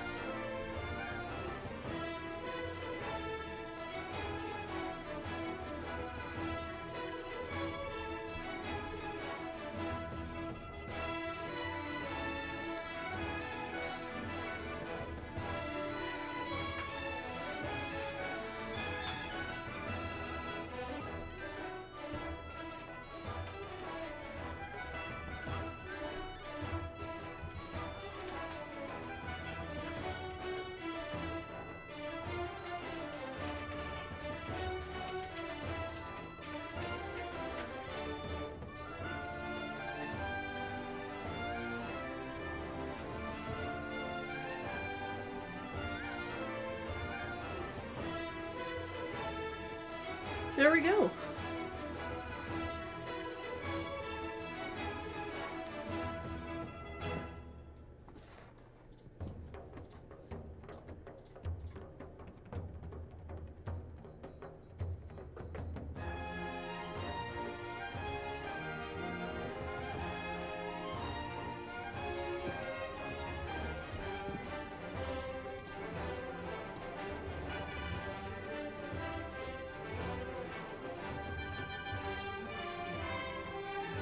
Yay!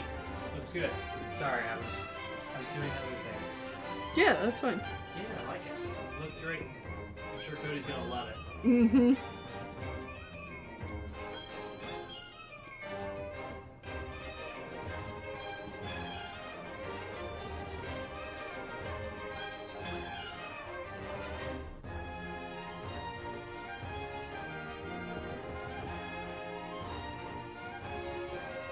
Alright, time for you to take a break. Yeah.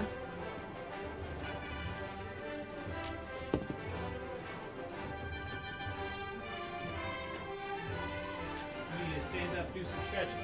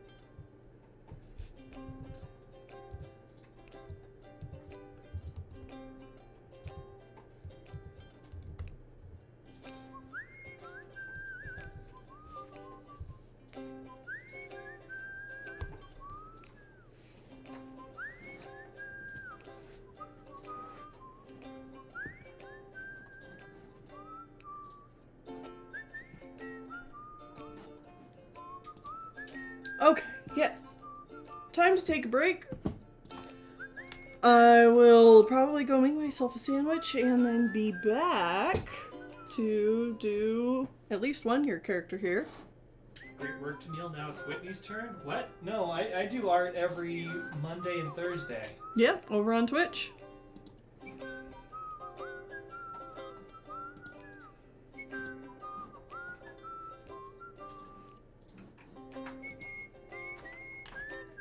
Right.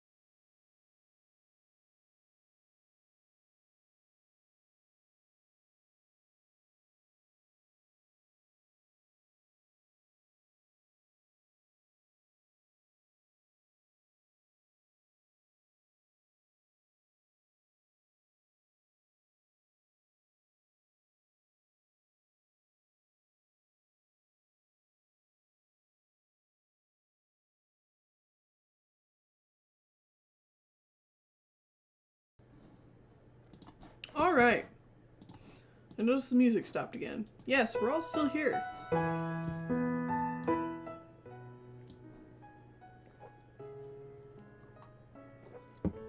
Ah, I got a sandwich. I ate my sandwich. It was great. Good to hear.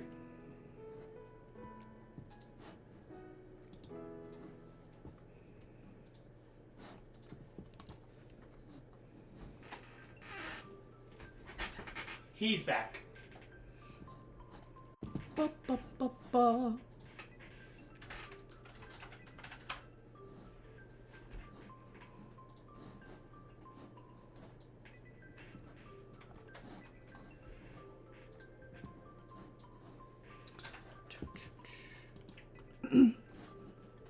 Yep, my pronouns are right here on the screen for y'all to see.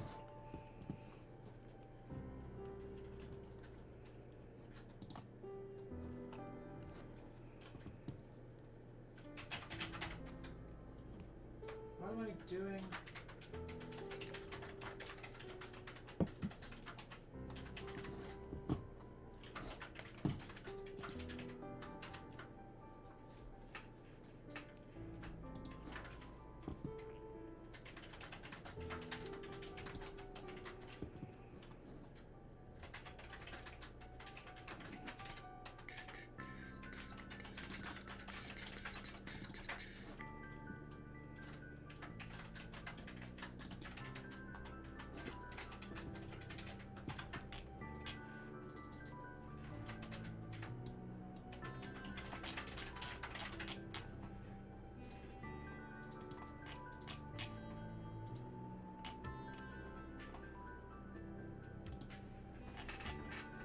Alright, so we are now doing your character here's. Yes.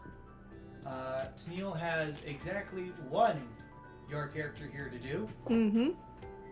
So if you want to get a your character here, follow the link in the description to fill out the form. If we don't have any more that come in after or by the time that he's done with this one, that'll be the end of the stream. Otherwise, we're going to do probably 2 total. Looking at what time it is. Yeah.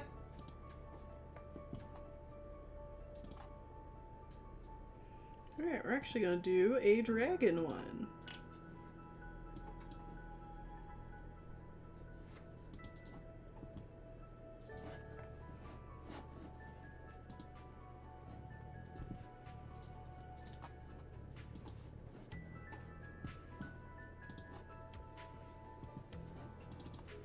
Awesome.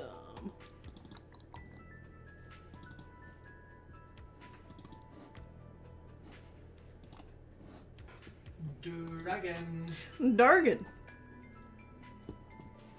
Rar XD.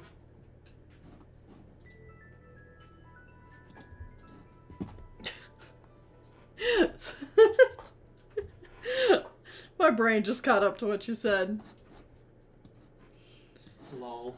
Oh.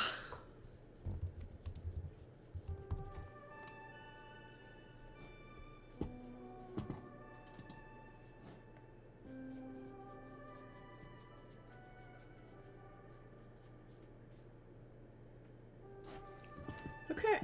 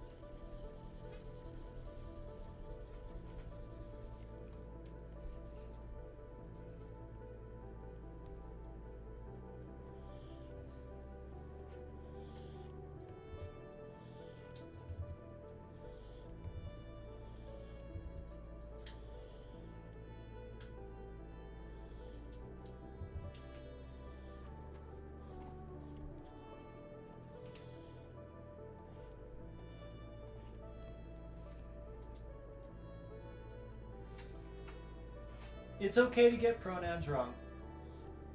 It's a learning thing. And especially if it's something that you learn and try to do better in the future, it's a-okay. And it's something you don't have to apologize multiple times for. It's just something that if you find yourself messing up, most people would just appreciate you being like, oh, sorry, use correct pronoun. Blank. Continuing on. Yeah. Because it just makes it more awkward when you apologize and apologize and apologize and apologize. It's like, it's fine, just use the correct pronoun. It's all cool.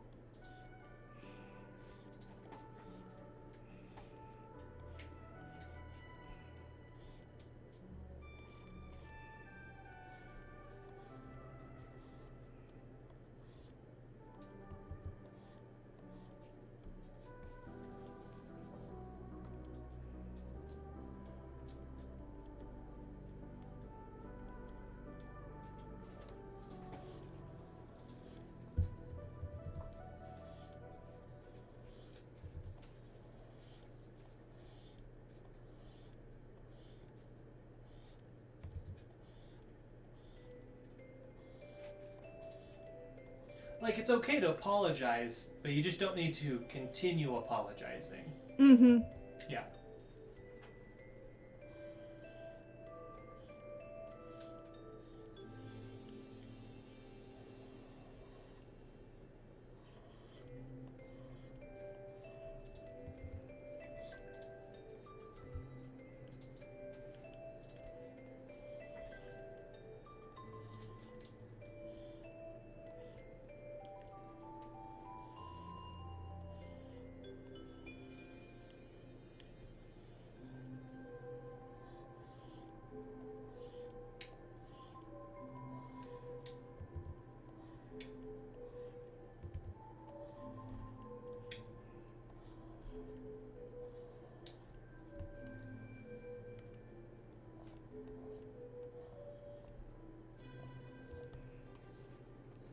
It's like when your grandma calls you by all your cousins' names before they get to yours, and they're like, sorry, and then they say your name, and then you just move on like nothing happened. Mm-hmm. It's like that. Yeah, no, that's my mom. Yeah. My mom is terrible at names.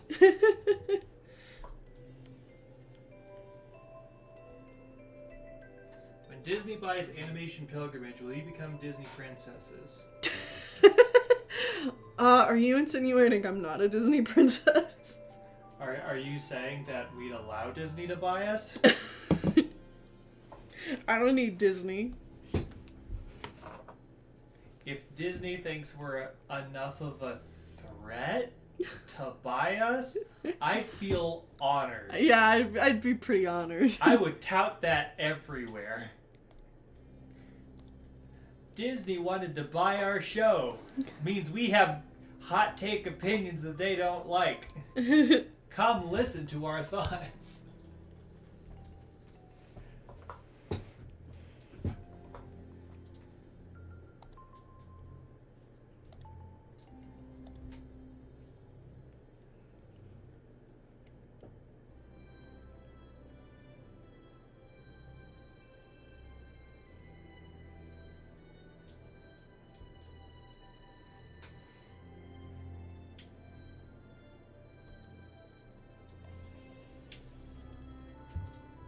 Oh, so that's why Disney buys things.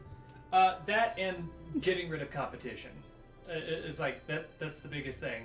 So they can monopolize on everything. Why make a movie to compete with Star Wars when you could just own Star Wars? Yeah, exactly. Yeah.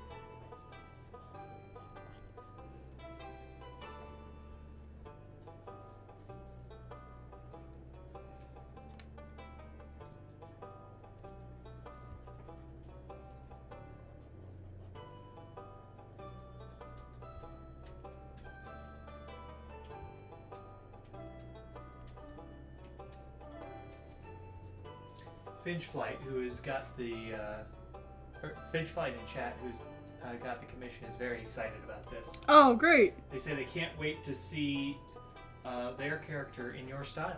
Oh, thank you. You've got a very cute character.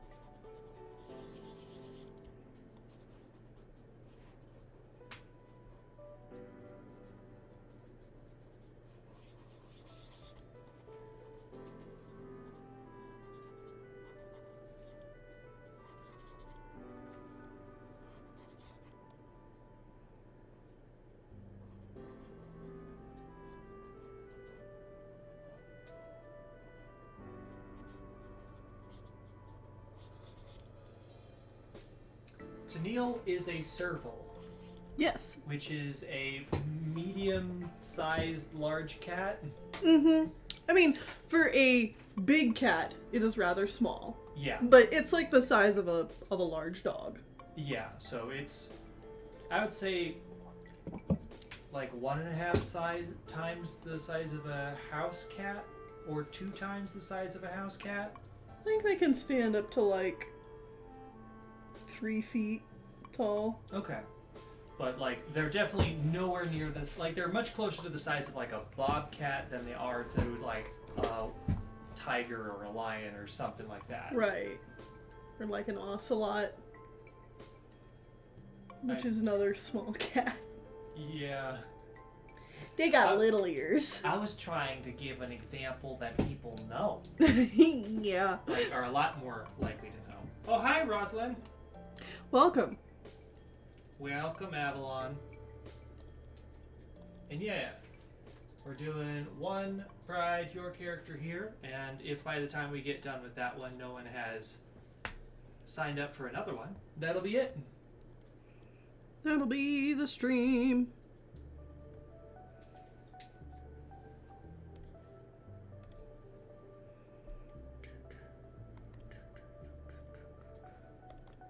Yes, I am an anteater. And I used to be just a lizard. But I am an anteater now.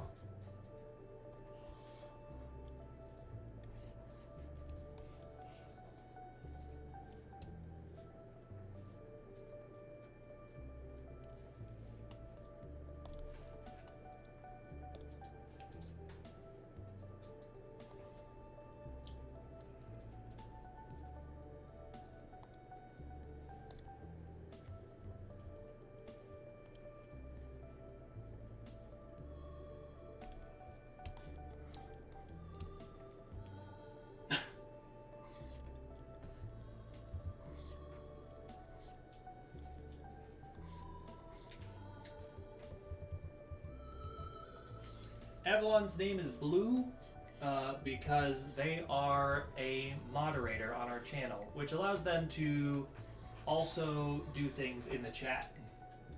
So if they need to, they could time out someone or delete their comments or things like that.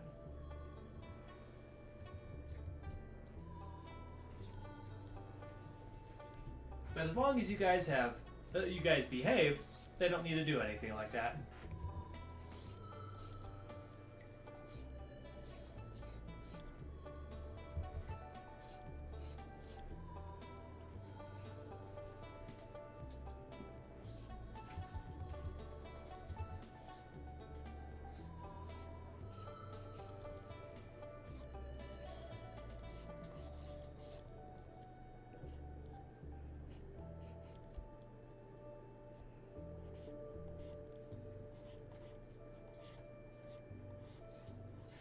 Do you like South Park? They have some very clever commentaries. They do. I've never really been a big fan of it, though. I wasn't allowed to watch it growing up, and yeah, it's just not really my cup of tea. I've not really watched any of it either. It never piqued my interest too much, and from what I've learned of it and what it's done to society, it has made people generally a lot more cynical. Cynical and centrist, which was like a very in thing around the time South Park started. Yeah. And so, like, yeah, it's just not... Like, the conceit of the show is generally make fun of everybody. No matter where they lie on the political scale or whatever. Yeah. Which...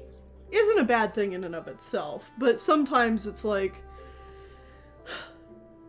here's people doing a really bad thing, but also the other side is doing something that's kind of silly, so let's treat these both as equal problems. To make fun of. Right, when, like, the bad thing is, no, it's just bad. Yeah. So... and just because maybe the other side has some people who are a little silly... yeah. doesn't mean you should throw the whole thing out. Does that mean that South Park is inherently bad? Nah. No. It does mean I am hesitant to watch it. Mm-hmm.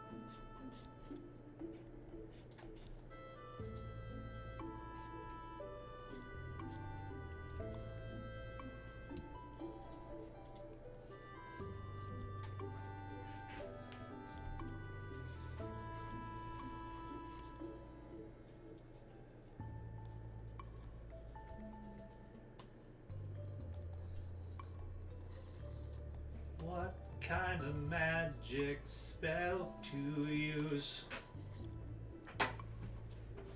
Slime and scares. Oh, puppy dog tails. Thunder or lightning, something frightening. Dance, magic dance. Dance, magic dance. Put that magic spell on you. Slap that baby, make 'em freeze. Jump, magic jump. Jump, magic jump.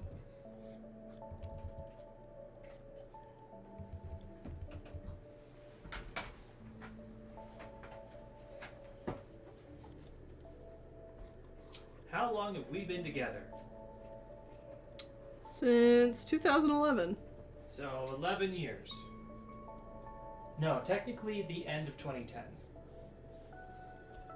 Because it was right around my birthday. Yeah, that's right. My senior year of high school. Yeah. So closing in on 12 years. Yeah, but we knew each other before that. Yeah.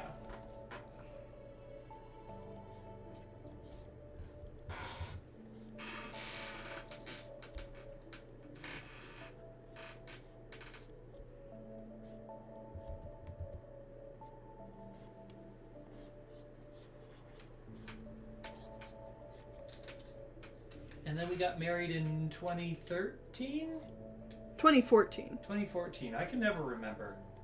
It's 2014 because I graduated in 2015, and I always remember that because I graduated high school in 2012 and I was in college for 3 years. Okay. Okay. Yeah. All right.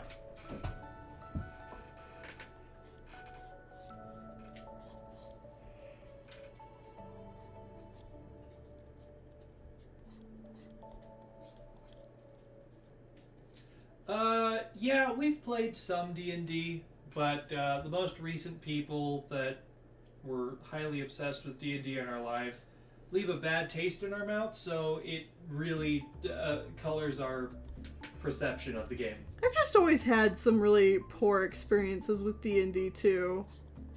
Not when I'm playing it by myself, like Baldur's Gate or something like that, but just like in groups. I get really fidgety and antsy playing board games for a really long time.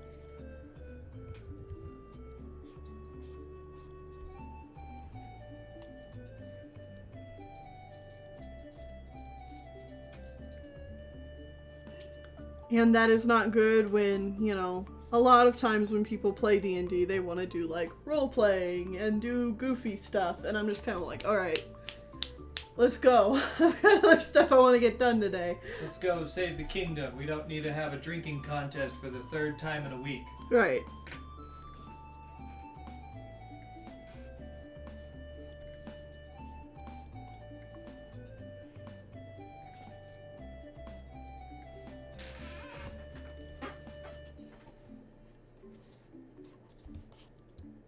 So I'm happy for people that like playing the game, but I don't want to touch it right now. Mm-hmm.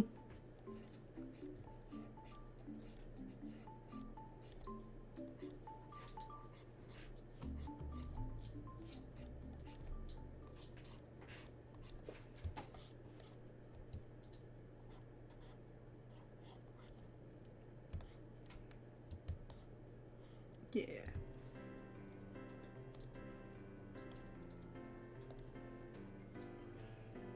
Alright. The role playing is the entire point for me. And like, I get that. I'm just generally have to be creative for my job. Mm-hmm. So I don't want to have to also be creative in my downtime to that extent, if that makes sense. Yeah, it's the same reason I can't really get into games like Minecraft. Mm-hmm. Because I'm just, like I to wanna do play that a kind of thing. story-driven game where I don't have to come up with the story, and I Right. can just experience someone else's story. Right, because I do so much of that for work. Yeah, it's like, that's cool. I don't want to have to be the one to come up with what we're doing. Yeah.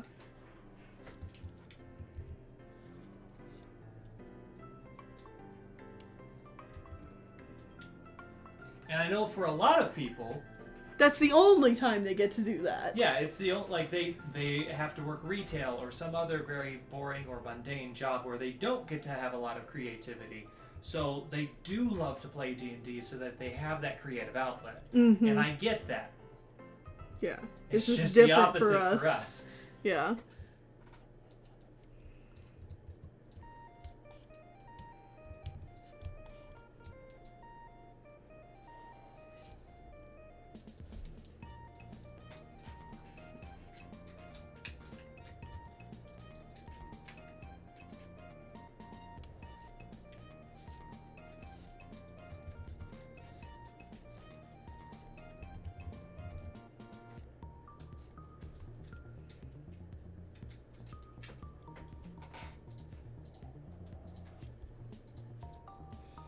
So anyways, if people want to see where I actually spend my creativity juices, Yes. I have a webcomic. For some reason, the website is loading really poorly this week, and I don't know why. Huh. And I'm not happy about it. Because it's obviously something on, like, the host side. the hosting server side. Which is very dumb. But yeah, you can read all about... Ren. Yes. Ren and other characters. So, because that is, like, the actual website is loading poorly, I'll go ahead and link other locations where you can read it.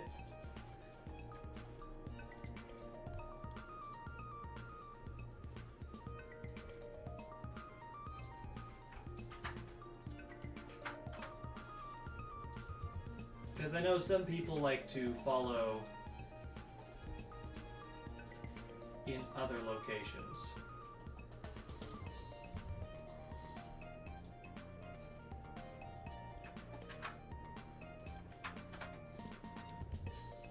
There we go.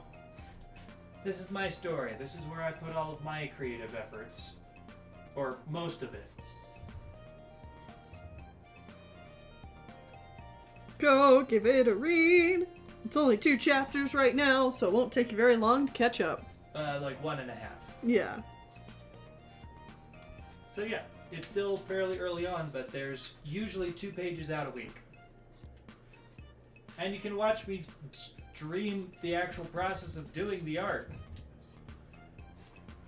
over on our Twitch page. Which is also where we're playing stuff like Pokemon Coliseum and Xenoblade Chronicles. Yeah.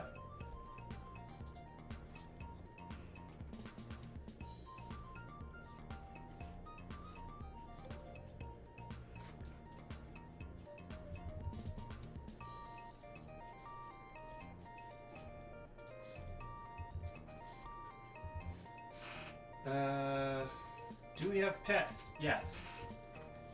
We have a cat named Peridot.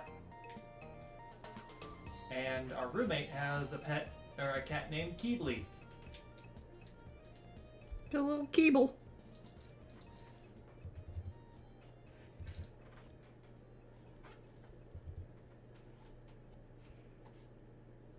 Didn't know you had a comic, Whitney? That's so cool. Yeah. It started at the beginning of this year, essentially.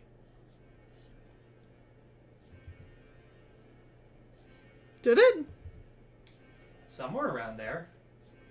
Or I was You were planning on getting started. really ramping up at the beginning of the year.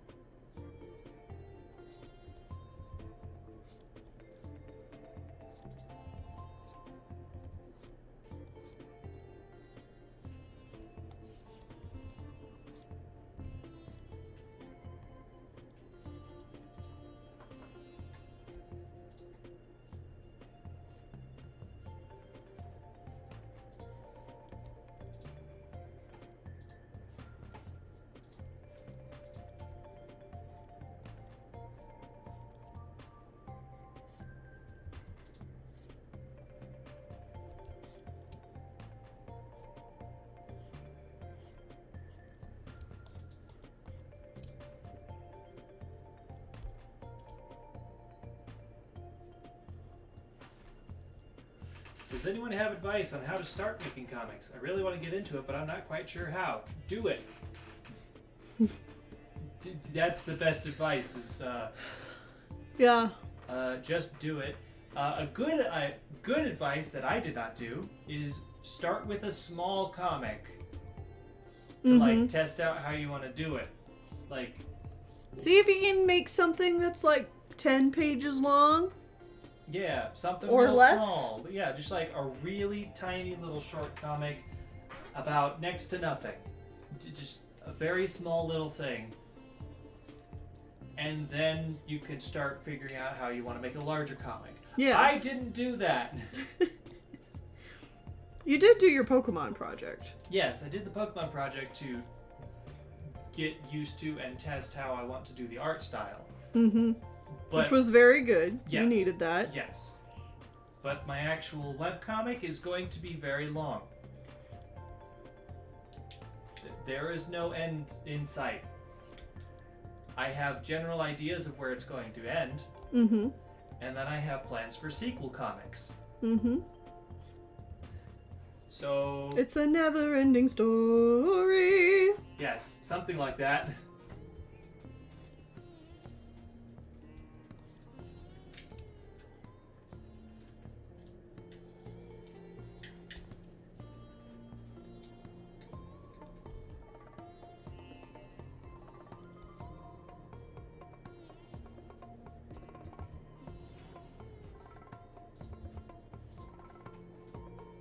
My advice, I started making short comics and sending them in for contests. We won, got noticed, and now I'm doing it for a living for 10 years now. Nice! Nice.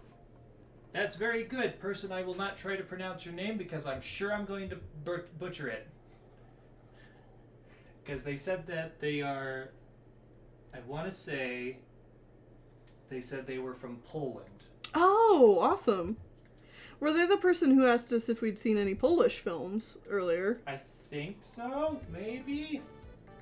It was either them or someone else, but either way, I know that they are from Europe in general, and I know I'm going to butcher the pronunciation. So, that's really cool to hear. M.K. I'll go with that. Your initials. I'm from Poland, yes. Okay, good. I did remember the right person. And you know, actually, let me check. Have we seen Polish films yet? That's what I want to see. I want to say yes. I want to say yes, but I don't remember what ones. It was one at most. And I think it was one that we're like, you know, that probably shouldn't have even made it on the list. Because it was too short or something? Yeah, either that or it was like a movie that was probably actually just released to TV. Mm. But I'm going to go through and I'm going to double check.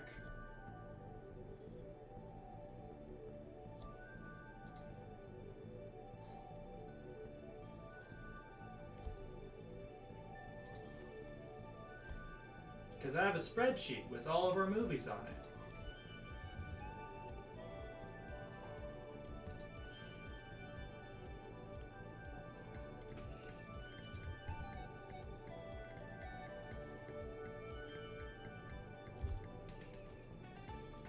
Oh no, the one I was thinking of was Finland. Hmm.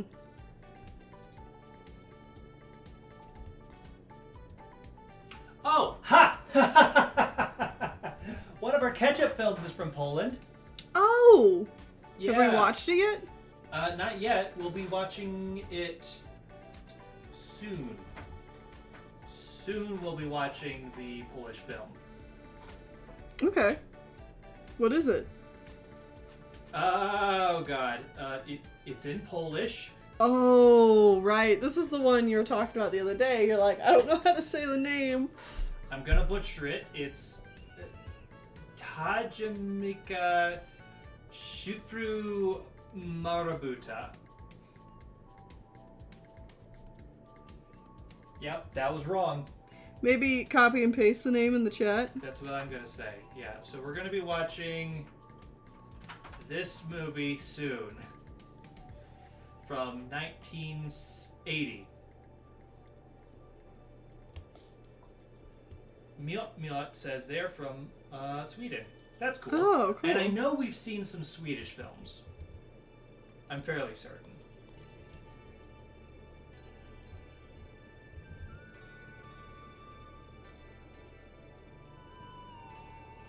Mystery of Marabut Puzzle is what the, like, a more English translation is. Okay. And they said, oh! This movie! I can only assume that they know it.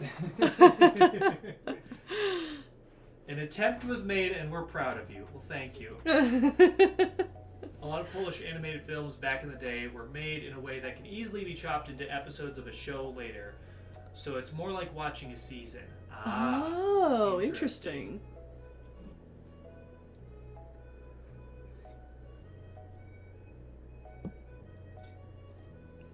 Oh, bye, Avalon.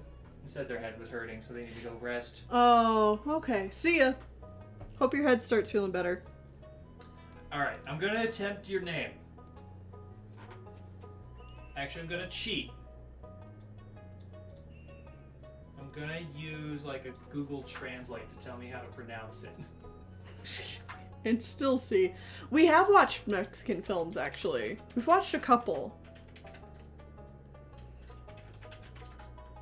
One of them was some kind of like Christmassy film. Okay, so their name is Maciek. Oh, okay. I used Google I Googled how to pronounce that name. So their name is Maciek. What was the Mexican film we watched? Religious film. Yeah. It was about Christmas traditions in Mexico. Yeah. I just don't remember what it was called. Yeah.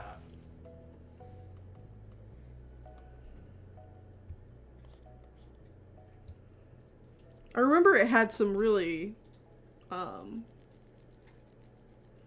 pretty illustrated sequences. Very pretty illustrations. The animation, if I remember, was okay, but there was segments where it was more of just like a storybook, and those illustrations were beautiful. Yeah. The Three Wise Men from 1974. Yeah. I feel like that may be the only Mexican film we've watched so far. I think so. If anything, there was one other.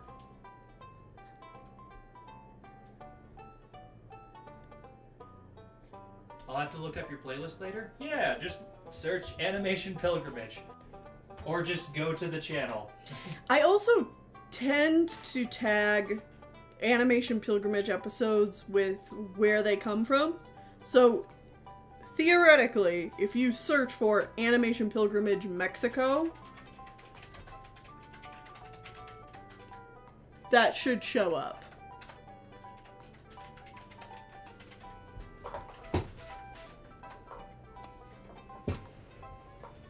Well, I got the Three Caballeros. Really? Though I didn't actually search in YouTube itself. Yeah. Let me see if I can search. I usually try to tag the country it's from.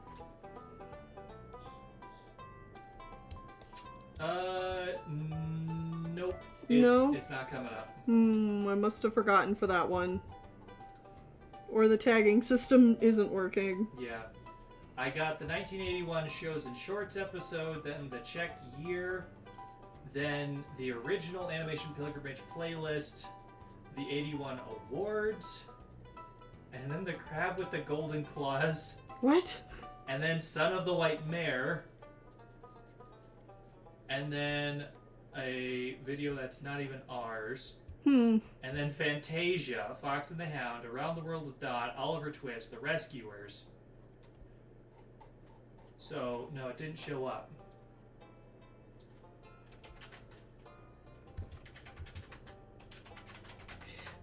The current Drawing a Blank schedule is whenever an episode is finished, because I'm doing some longer episodes recently, particularly the, Plant Zodiac and the Clouded Moon job ones, and then, my deep dive analysis on Avatar.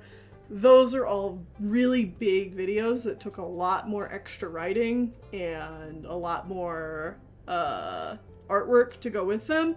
So they are done as soon as I can finish them.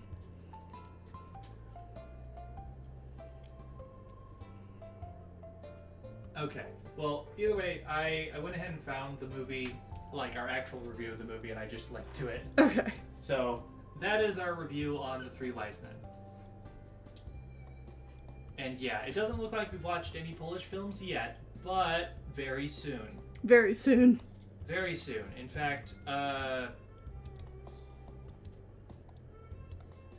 so let's see, that's coming out next week.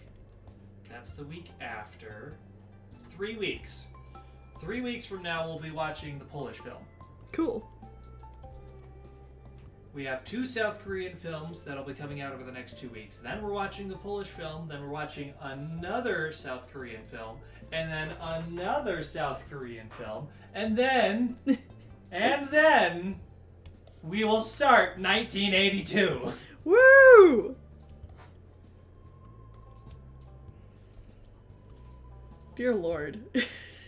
Yeah, and Machik is saying that Poland makes a lot of animated shorts. So that's why we missed a lot of it. Yeah. Unfortunately, there's a lot of, like, really cool shorts we miss out on with this project, but it's just, like, we don't have time. Yeah, we don't have time to cover it all. Yeah, so we have to limit it in some way. Mm-hmm. It'll be cool to hear you talk about Polish animation. Hopefully we enjoy it. Oh, glad you're liking it so far, Finchflight. But for anyone curious why we're so excited about 1982, we get films like The Secret of Nim, The Last Unicorn, The Plague Dogs, and I think there's another. Don't forget Doraemon, Nobita, and the Haunts of Evil. Okay, there's gonna be a lot of garbage like we usually watch too, but but we got some really cool films in here. Gauche the Cellist, Aladdin and the Magic / Wonderful Lamp, Doraemon, Nobita, and the Haunts of Evil, Queen Millennia, Time Masters, Hagurigumo, The Treasure Planet from Bulgaria, Space Adventure Cobra the Movie, Space Runaway Idion Contact, Space Runaway Idion Be Evoked, Dr. Slump Hoyoyo Space Adventure, Future War Year 1980X, Space Pirate Captain Harlock Arcadia of My Youth, Techno Police 21C, Hey Good Lookin', that's a Ralph Bakshi that's a film. Ralph Bakshi film. The Wizard of Oz from Japan, The Plague Dogs, The Last Unicorn, Heidi's Song, Super Mazinger 3, aka Raiders of Galaxy from South Korea, Chronopolis. Oh, that's a Polish film. Oh, cool. Old Master Q, Water Tiger Tail, Sarah and the Squirrel, also known as The Seventh Match, which is another Joram Gross film. Savior of the Earth, Super Titan 15, and Thunder Prince. Okay. Those last 3 are South Korean films. King Skyless says, Plague Dogs destroyed me, man. We started this project because I wanted to rewatch Plague Dogs with Whitney, and Whitney would not watch it with me. Whitney refused. And so then, like, over the next month, I was like, what if we started a project where we watched where we started watching animated films? And Whitney's like, what if we watched all the animated films? And I was like, that means you'll have to watch Plague Dogs with me at some point. And they were like,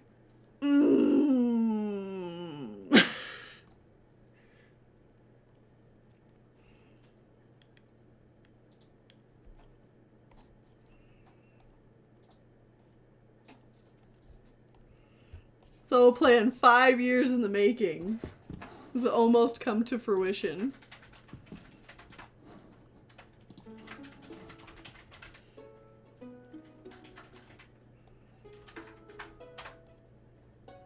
Alright, here's the link to our animation pilgrimage list.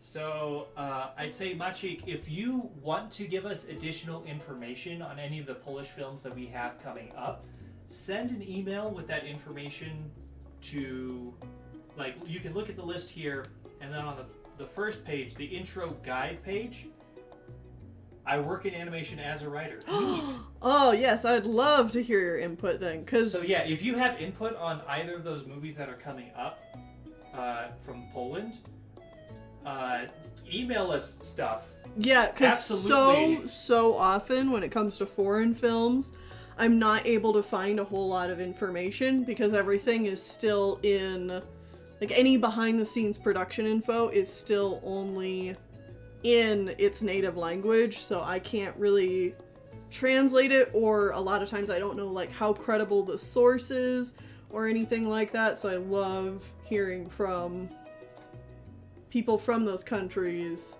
giving us information. We've gotten so much bonus information about like different Russian films and Hungarian films and stuff from people from those countries. And honestly, looking at 1983 and 84, we have a number of Polish films that we were not able to find. So if you could somehow get a copy of those to us that has either English subtitles or dubbing, we'd love that. Yeah.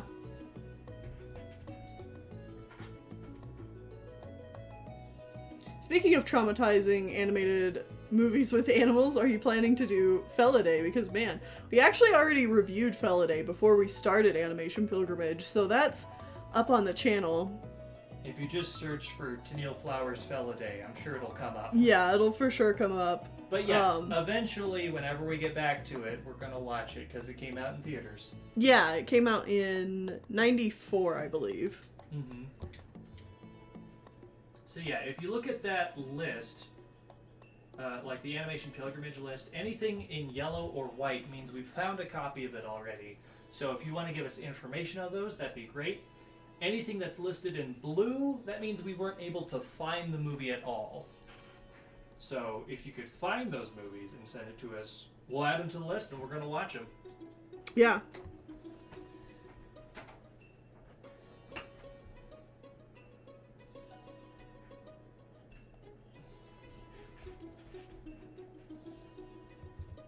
I know there's a lot.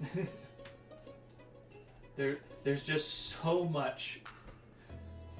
But hey, we're watching every single theatrically released animated film in chronological order. Yes. To the best of our ability. Good job.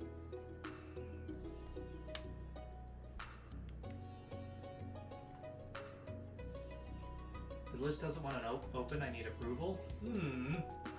That shouldn't be the case. Okay, well...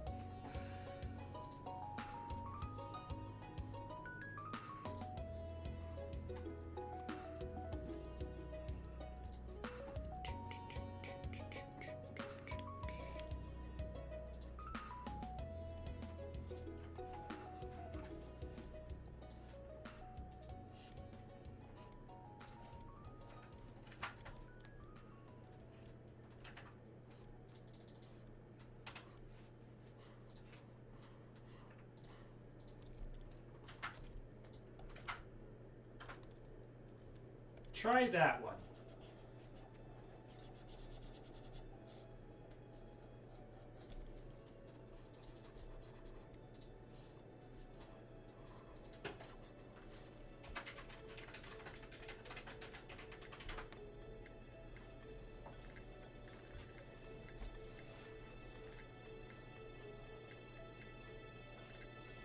Try that link instead. That should hopefully open up correctly. You know, I think I know what happened. I accidentally sent the back-end link as compared to the front-end link. Right. Oh,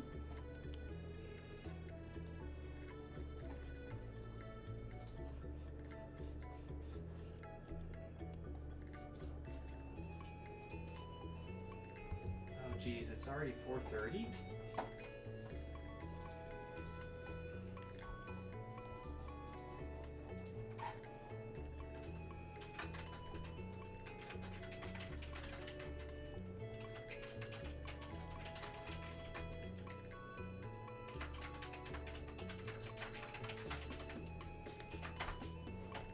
Alright, well, if that's the case, I think I'm going to leave and go start food. Okay. And double checking, we have not gotten any more responses. So I'm going to say we're no longer accepting responses. Okay.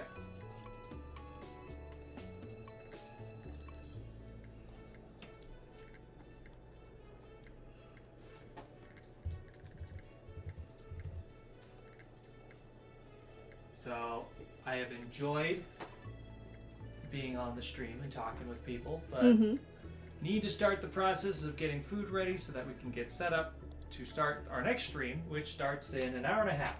Yes. All right, so goodbye, everybody. I am still obviously here, still drawing.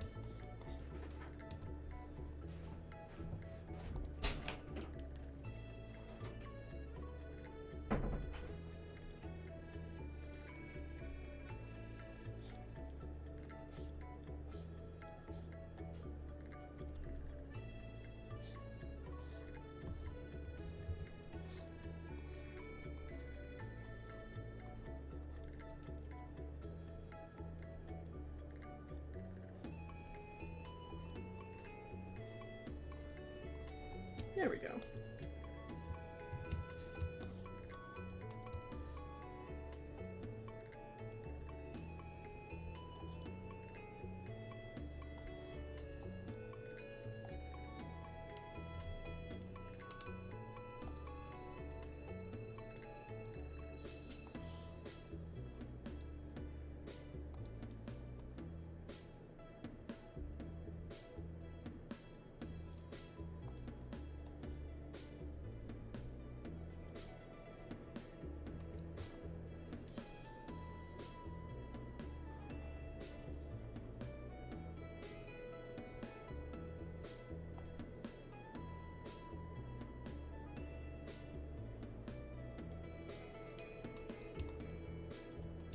There. I think that looks nice.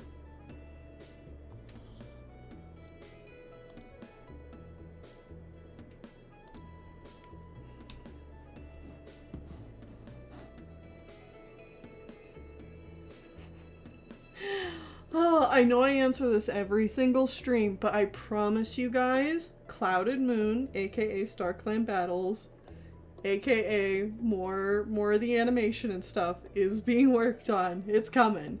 I know it's hard to be patient for stuff like this. It's only a few of us working on it, so it takes a really long time. I actually finished a really big shot yesterday, and it looks great, and I'm excited for you guys to see it. And yes, there'll be more drawing a blank stuff on it too. It's just, I'm one person, doing things one step at a time.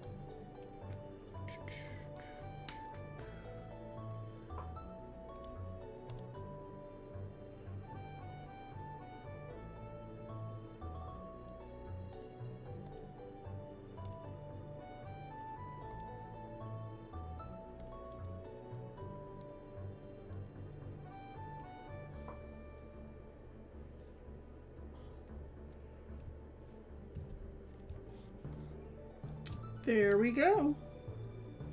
And since it's been a little while since I've done these, we'll just compare this to another one I finished. Yes, okay.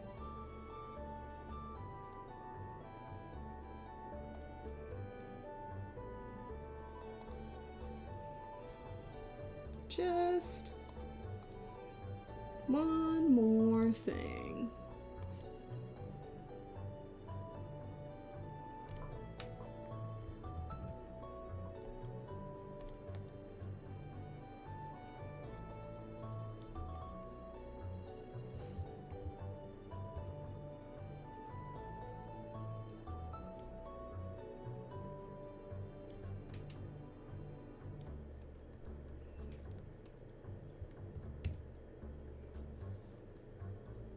Not me accidentally shutting off my computer right when you started talking about Clouded Moon. Basically, all you need to know is that we're hard at work on it, and it is coming along. we're very excited about it. If you want to be up to date and seeing updates for things that are going on, I highly recommend being part of the Patreon for Clouded Moon, because they're getting animation previews, they're getting behind the scenes concept art, they're getting bonus character moments and like background stories.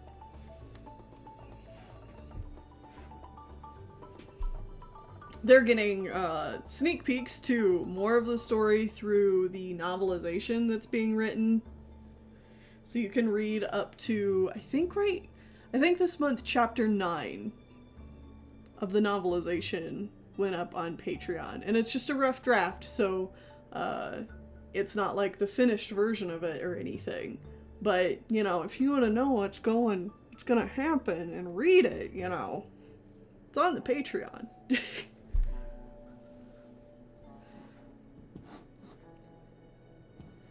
Oh, I'm glad you love it, Finch Flight.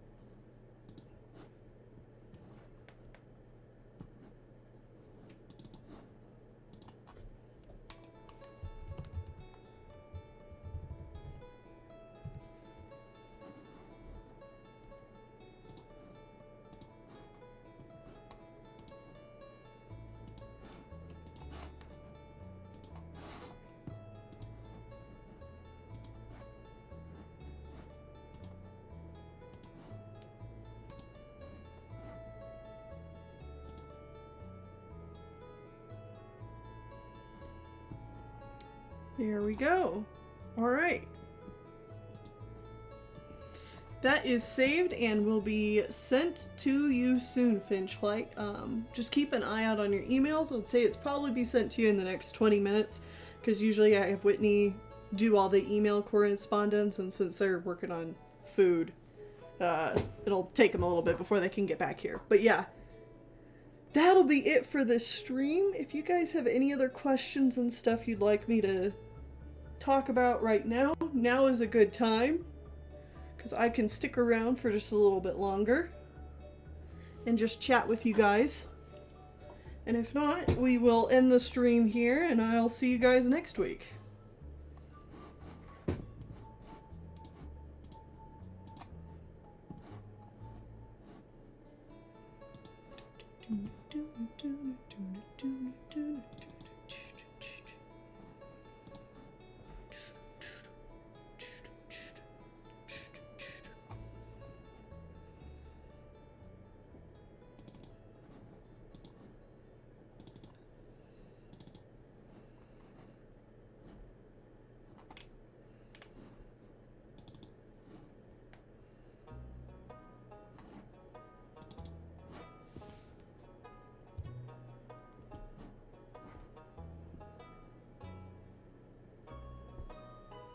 You can totally use my art as a reference. I highly recommend that you use photos of things from real life, of course, but I totally do not mind if people use my stuff as reference. Just know that I am human and I also make mistakes, so you don't want to end up copying the mistakes that I make.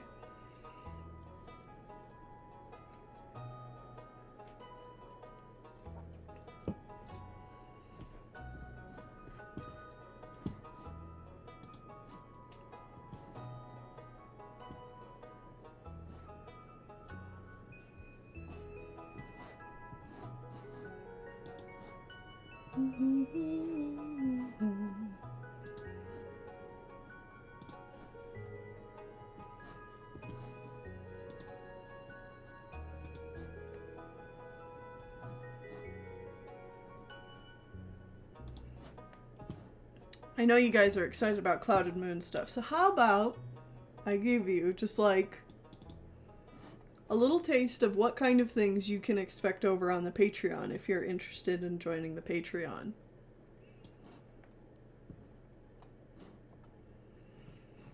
So if you join the Patreon, you can see here.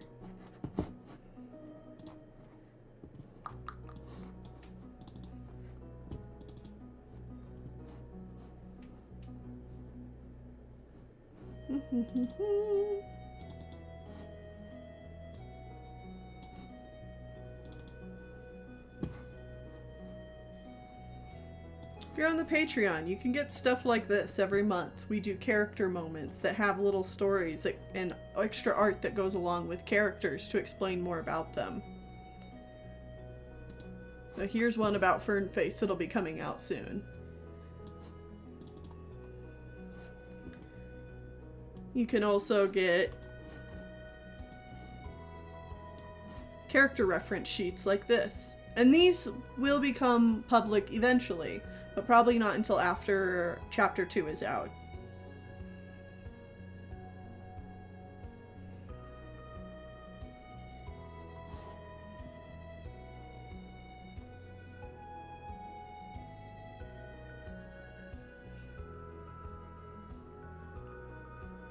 And we got a bunch of other stuff over there too. So yeah. April Animate says to Neil, how many years have you been drawing? I've been drawing since I was a little kid. I kind of stopped drawing in middle school and then really picked it up again with a passion in junior high and high school. So, like over 15 years now, I've been really serious about doing art.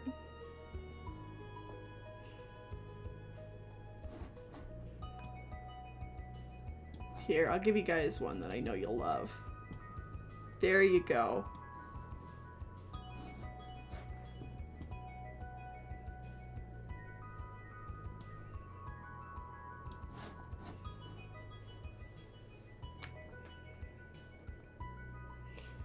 Neil, do you have any good tutorials or something to do character turn ref sheets properly? You know, I don't. I could probably do that for a drawing a blank or something. That'd be a really good idea. I'll write that one down. Because heaven knows I'm going to need to do more of these. So.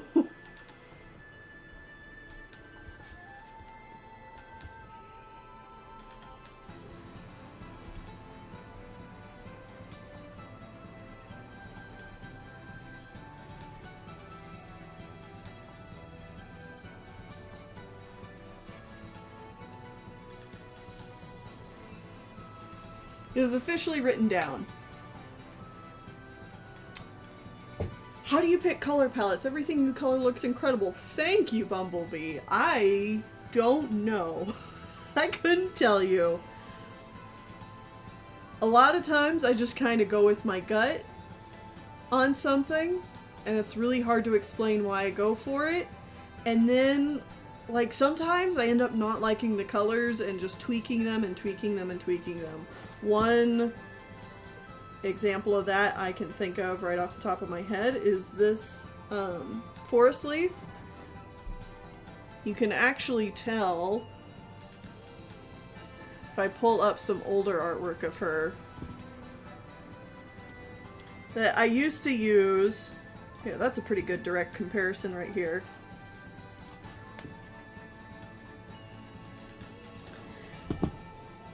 When I drew her back on the you know, the big artwork that I did of all of them standing next to each other. Forest Leaf had quite a few different colors here. It was a more of a greenish black that I used, and this orange is duller. So when I redid Forest Leaf for the references, I was like, I just don't like these colors as much. But I did really like the purplish pink of her nose, so I kind of used that to make all the colors a little bit warmer. Yep, I am live here every Wednesday. Every Wednesday to do commissions and your character hears.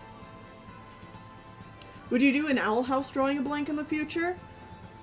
I'd say there's a decent chance at that. I do really love Owl House. At the very least, I could see myself doing a couple of shorts or TikToks drawing Owl House characters, even if I don't necessarily do a whole drawing of blank.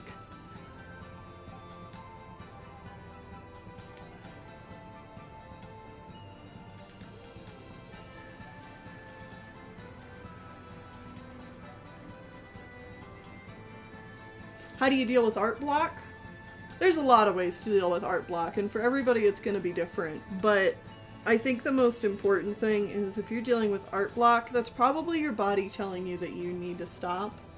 Even if that means it's for a day, a few days, a few weeks, a month. Maybe it's just time for you to take a step back from what you've been doing and ask, like, is there something I need to change up? Maybe my body just needs to rest and I need to not think about this so much. You know? And sometimes you do need to, like, push through it, but that's up to you. And every time I go through any kind of art block, it's something different.